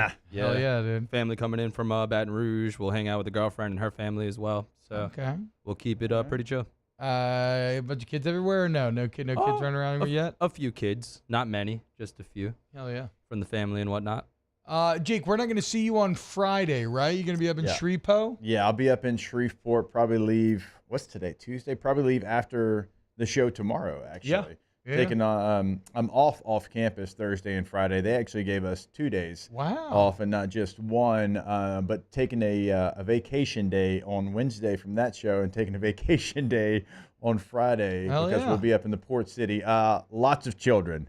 Not just mine. Yeah. I have 5. Yeah. Who else? But my brother and his wife will be there with their daughter. My stepbrother will be there with his 2 children and wife. And my older brother will be there. So we'll have a house kind of full. But most of those people live in Shreveport, so not all staying in the same Okay, so no one has to all stay in the same place. All right, that's cool. That's what's up. You just staying home? Yeah, we just do. I think keep Thanksgiving very chill. Just cook at the house. Me and my wife love cooking the meal. My old man will come over. We have entirely too much turkey. Bought an 18-pound turkey for like 5 people, which is absurd. But we'll have a lot of turkey leftovers. I've been in correspondence with Chef Michael Johnson, preparing my turkey techniques this year. Always looking to evolve in advance. I'm going to do the chef brine better this year than I did last year. So. Yeah, I'm getting really excited. You kind of fall into some of that category that we do. No family really in town. Like your dad's the only family still in New Orleans, right? Yep. Brothers in St. Louis. Right. One Mom's sister's out in Carolina right now. One sister's in California along with me mom's. So So keeping it chill, but I like it. You know, I mean, I do like it when the whole family gets together. That's the most fun. But, now that I have kids, it's pretty fun to just get to, like, I am looking forward to Wednesday at 2:00 when I'm done, knowing I can go home, start to drink some beers, start the cooking process, and just be chilling for an entire day. And then on Thursday, just watch football all day long. And then on Friday, just, like, come in here and kick it and talk about football. As much as, and then I'm taking off afternoon on Fridays though, because I'm going to Renfest Friday. Ooh, let's go, boys. Now, when you go to Renfest, it's Renaissance Fest for those casuals, nerds. Will you go by yourself? Will you bring? Hell no, family. The whole family? Yeah, we've gone. The whole family. Me and my wife have gone for like 10 years now, probably. I didn't know if like you went, you brought just the girls. I didn't know if Quad Bob was going to mess up everything. No. The kids love to go. You getting the root beer? What? You getting the root beer? I'm getting the beer. I'm getting the beer with the alcohol in it. Get a root beer, hold the root. They make really good root beer there. It's really good. You think he'll know that? You would be that's what I'm saying. In a shocking upset, that sentence just made you the biggest nerd at Renfest. I mean, I have no idea. I went was on my 5th grade field trip, so root beer was my only option. Hey, I love a good root beer. I do love a good root beer, but T-Bob will never know. I was in 5th grade. The teacher wasn't exactly passing out beers to everybody. No, root beer is my favorite soda for whatever that's worth. Like if I ever get a soda, it was good. But last time I went, the only time I ever get soda is when I drink is when I eat a curbside burger. I don't know why, and I always get a Barks with it. So I might get maybe we'll get a root beer this year. Frost Top, good root beer. Really good root beer. Very good root beer right across the street. I can't wait, bro. I can't wait. I love Renfest so much. Same wizard costume. Yeah. Now, does Caitlin dress up for Renfest? Yeah. Okay. Absolutely. We do a whole family costume. She has like a medieval, just dressed kind of couple of different combinations. Yeah. Nothing. What's nothing Quad character. Bob? Is this first time for Quad? This is his first time. I don't know if we have a costume for him yet. In the past, it's a holiday week. You better. Well, we have baby Hobbit costumes from the past that we could throw on, and we have a little Hobbit clasp cloak that we could put One on him. does. And then in the past, I have also taken the stroller and decorated it like Gandalf's wagon. I doubt I'm going to do that again this year because I just want to keep it more chill. But everybody will be in some sort of costume come Friday, and you can catch me at the joust. I'm trying to get a hold of May out there to film some content for him. Not even for like I don't really. I'll probably be. If he goes, I'll probably end up on it somewhere. I don't want to spend my day working like that, but I would love to see Dev's interpretation of Renfest. Also, going to be interesting the day after Thanksgiving. You know, So this is not always the date. Well, no, it goes on for like it's been going on for weeks. It goes on for like well over a month. Really? But yeah, but I just don't know the. It's been a weird fall where between like Nutcracker practice, my wife's work, and other stuff, I just haven't been able to get out there on a Sunday. Just be careful. They'll probably upcharge the turkey leg since it's the day after Thanksgiving. I would think that maybe they would be on sale. Yeah, exactly. Because you're not. They don't have a lot of them. Leftover turkey. But still, like you've had Black so Friday. much already. They're like, I just hope they have a good deal on potion bottles because I have one for my belt right now, but I'm trying to get another one. And you said potion, not lotion. No, yeah, potion bottles. And then eventually somebody's going to make a good wizard staff. I have just been severely underimpressed with the wizard staffs on sales for the last few years. I doubt it's going to change this year, but there's always a part of me that holds out hope. I'm actually going to have to go look. I broke my last wizard staff. I need another one. Well, it's because you didn't buy a good one. Yeah. That's what I'm saying. Can we go back to the potion portion of this? Yeah. What is that? Like, what is that in? Just like a little like glass bottle and like kind of like a leather little setup that I could strap on my belt and carry various potions in. What do you mean? But like what's in the potion? Yeah, like mana within the potions, bottle. health potions, speed potions, maybe like toughness potions. But so do you go around and sprinkle? Is it like holy water where you kind of just like spritz? No, I tend to put hard liquor in mine, and I just drink that. Okay. And pretend like it's a potion. Gotcha. Yeah. Now it makes sense. See, that's all you had to do. But make it make sense, and now it does. Yeah, I like to try to add to my costume every year. So we'll. Yeah. Alvo says, I wonder if they'll still have that staff for sale with the deer antler. Thing's been there for 10 years. Spoiler, they will, and it's still not going to sell because it's way too expensive based on its quality, but whatever. All right, when we get back, real quick, though, I do want to remind you, Pace Plus Urgent Care, PacePlusUC.com. We mentioned with Coach Mulkey earlier. Sounds like she's got a little cough, a little bit of the crud. Well, Patient Plus, they got your back for life's unexpected moments. This holiday season, you need to get in. You get better. You, the kids, whoever, they have a Patient Plus by you. And go look. Guys, go look at the facilities. Look how close they are to you. When you step inside, you're like, oh, my gosh, I've never seen a place this nice. So go check them out today. Patient Plus Urgent Care, PagePlusUC.com. More on to you next. OTB, OT. Community Steel Company, baby. Actually, speaking of, our guy Brandon Golson, I believe it's his aunt, maybe? Somewhere in the familia is the person who started Renfest. Oh, I remember. Yeah, when he was in here when we first met I'm trying to him. mine some contacts, maybe get like a little VIP tour behind the joust, meet the knights, get to All hang the out with them a lamps. little bit. Hello. We'll see. Exactly. I will say this about the joust, guys. You got to remember this. It's not planned. It's an actual competition, and it's very fun. On horseback? Mm-hmm. Yeah. Hell yeah, dude. It's sick. Super dope. What else is also super dope are the deals you get with the Community Steel Company. If you need purlin, tubing, steel buildings, steel lance, yeah, it's actually super illegal. I don't know if they build that for you. But they would build like roofs, sheet metals, any type of stuff like that. Community Steel Company, CommunitySteelCo.com. Hey, that feels dangerous. That's a felony, brother. CommunitySteelCo.com. In times of need, get a full list of phone numbers, websites, and other important emergency information on the Demco Stormwatch page at 1045ESPN.com.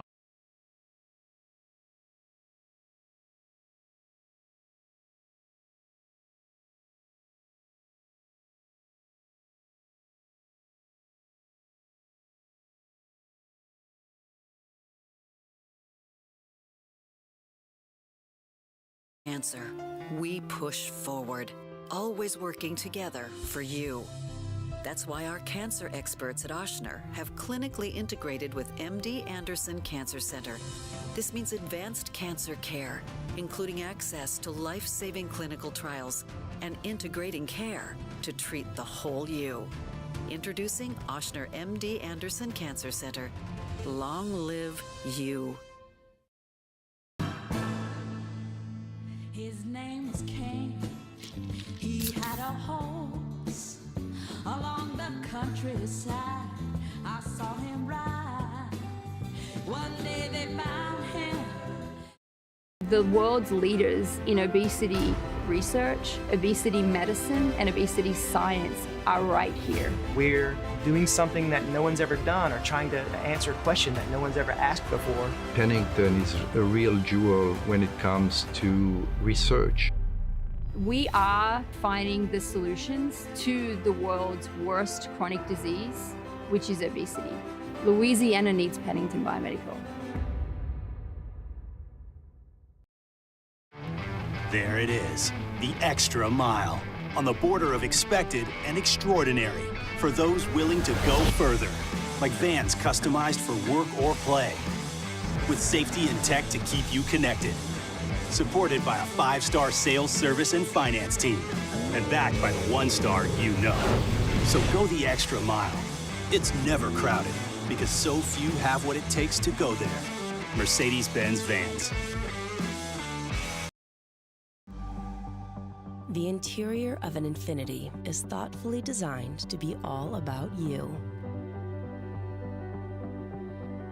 And by you, we mean every version of you. Because there's luxury you can feel, and there's luxury that lets you feel. Infinitely you. Experience luxury like never before with Infiniti Premium Care, included with the 2023 QX80 at your local retailer. I've been doing business with Luba for 25 years. They're dependable, trustworthy. It's just the attention to detail with our clients.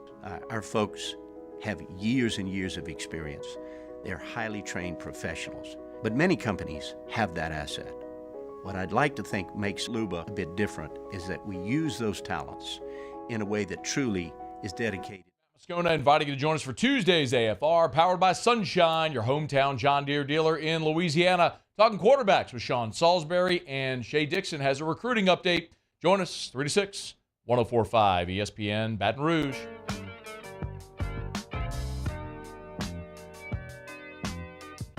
OTB OT with Hester and T-Bob on 104.5 ESPN Baton Rouge and 94.7 ESPN Alexandria. Yo, what's happening, y'all? Welcome back to OTB. T-Bob, Jake, Mario, Taylor, and Alondra hanging out with you today. We'll have Alondra on the show tomorrow. It's going to be fun. So just Friday. know. Friday. Okay. Just know if anything screws up tomorrow that it's her fault. And Friday and tomorrow.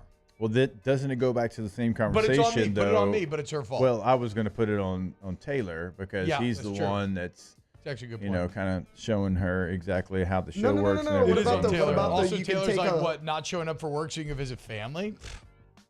I mean, I like never take off, so. Shut up. That T-Bob hates when people talk about never taking off. Yeah, never taking off. You might as well say I'm a dumbass. Okay, you get paid vacation for a reason. Well, look, I'm off here, and then I'm off a week for Christmas. So Good. Like I used Good. it, yeah. If you waste a vacation day, I'm gonna fire you. Okay, take all your vacation, kids. There's enough. I mean, It actually rolls over, so you don't have to take it all. That's true. That's true. It does roll over. Shut up. That is a nice. That is a nice thing they do here. But Paid vacation. I feel like the kid from Meet the Millers. yeah. I know. What? Yeah, where it's like, wait, we get what? Yeah. Dude, by the way, that kid now very jacked. Yeah. He got huge. Yeah. And like very deep, like very good looking. Somewhere along the line. He was in some was in Guardians Maze 3. Runner. Yeah, He was in Maze Runner, Guardians. too. This is a Marvel movie. I couldn't remember which Ask one the it was. Bench. Brought to you by Cold Curse Life. Is here. Tells them Blue Moon, Light Sky, Citrus Sweet, Turkey, White Meat or Dark Meat? Dark meat always, dog. Both, but dark Both, meat. but I mean, come yeah. on. White meat. Obviously. Love a leg. Real white as well. Light meat, Mario? Yeah. It's an upset. Watch this, Mario. White meat for me. Same at Popeyes. T-Bot Hebert or not Moscona. T-Bot for sure is hilarious on Twitter. Same with Pop. You like white meat chicken over dark meat chicken? I do. For the most part, yeah. Whoa. I actually think I'm T-Bob. shocked. I'm not shocked on you. See, but we might be in the minority there. Most people I know. I thought dark meat was always just accepted as being tastier. Every time that's my go-to, but every time I do, I get all of it because nobody else really enjoys it. Kind of like the Chick-fil-A butt fries. Time out. I get them all because I like them. No, that cannot be true. Nobody's ever seen a thigh and they're like, I don't like that. In my experience, I always go breast over thigh. That's not me. I don't. So freaking crazy to me. Always have. It's I believe it's called chicken koryagi. But whatever in ramen places, they sell just exclusive plates of fried dark meat, and it's amazing. It's so good. I believe it's called chicken koryagi. I mean, most times when you get fried chicken, certainly in a strip or a tender, it's going to obviously be white meat. Would you rather get pegged or cucked? Pegged. I mean, at the end of the day, that's, me getting sensation dang it, Bobby. out of it. I'm not really into the latter one there. Hit up your girl on Twitter. I know who you're talking about. Yeah. I don't know. Sometimes when we go to set sail on the pontoon parlay, it feels like we're getting pegged. But you know what? I'm still going to go to DraftKings, and I'm going to continue to do it, okay? I'll do it again, and we're going to do it again this Friday. And finally, I'm not going to be dragged down by Jake's picks or Taylor's picks, and me and Mario can finally craft y'all a winning pontoon parlay. DraftKings Sportsbook app. Got great Thanksgiving deals going on right now. As always, you want to go check it out, the DraftKings Sportsbook app. If you're signing up for the first time, promo code Baton Rouge. That's all one word. And, you bet $5 NFL, you get $200 bonus bets. Must be 21 or older if you're present in Louisiana. Gambling problem, call 1-800-GAMBLER, 1-426-2537. Select parishes only. Licensing partner, Golden Lake Charles. Eligibility and deposit restrictions apply. Bonus bets expire 168 hours after issuance. Terms sportsbook.draftkings.com/football terms. OTB, OT. Follow us on Twitter at 1045ESPN to cast your vote in the Citizens Bank and Trust poll of the day. Vote daily inside Off the Bench, live at lunch, Hunt Palmer. And after further review, Citizens Bank and Trust brings you the poll of the day via Twitter at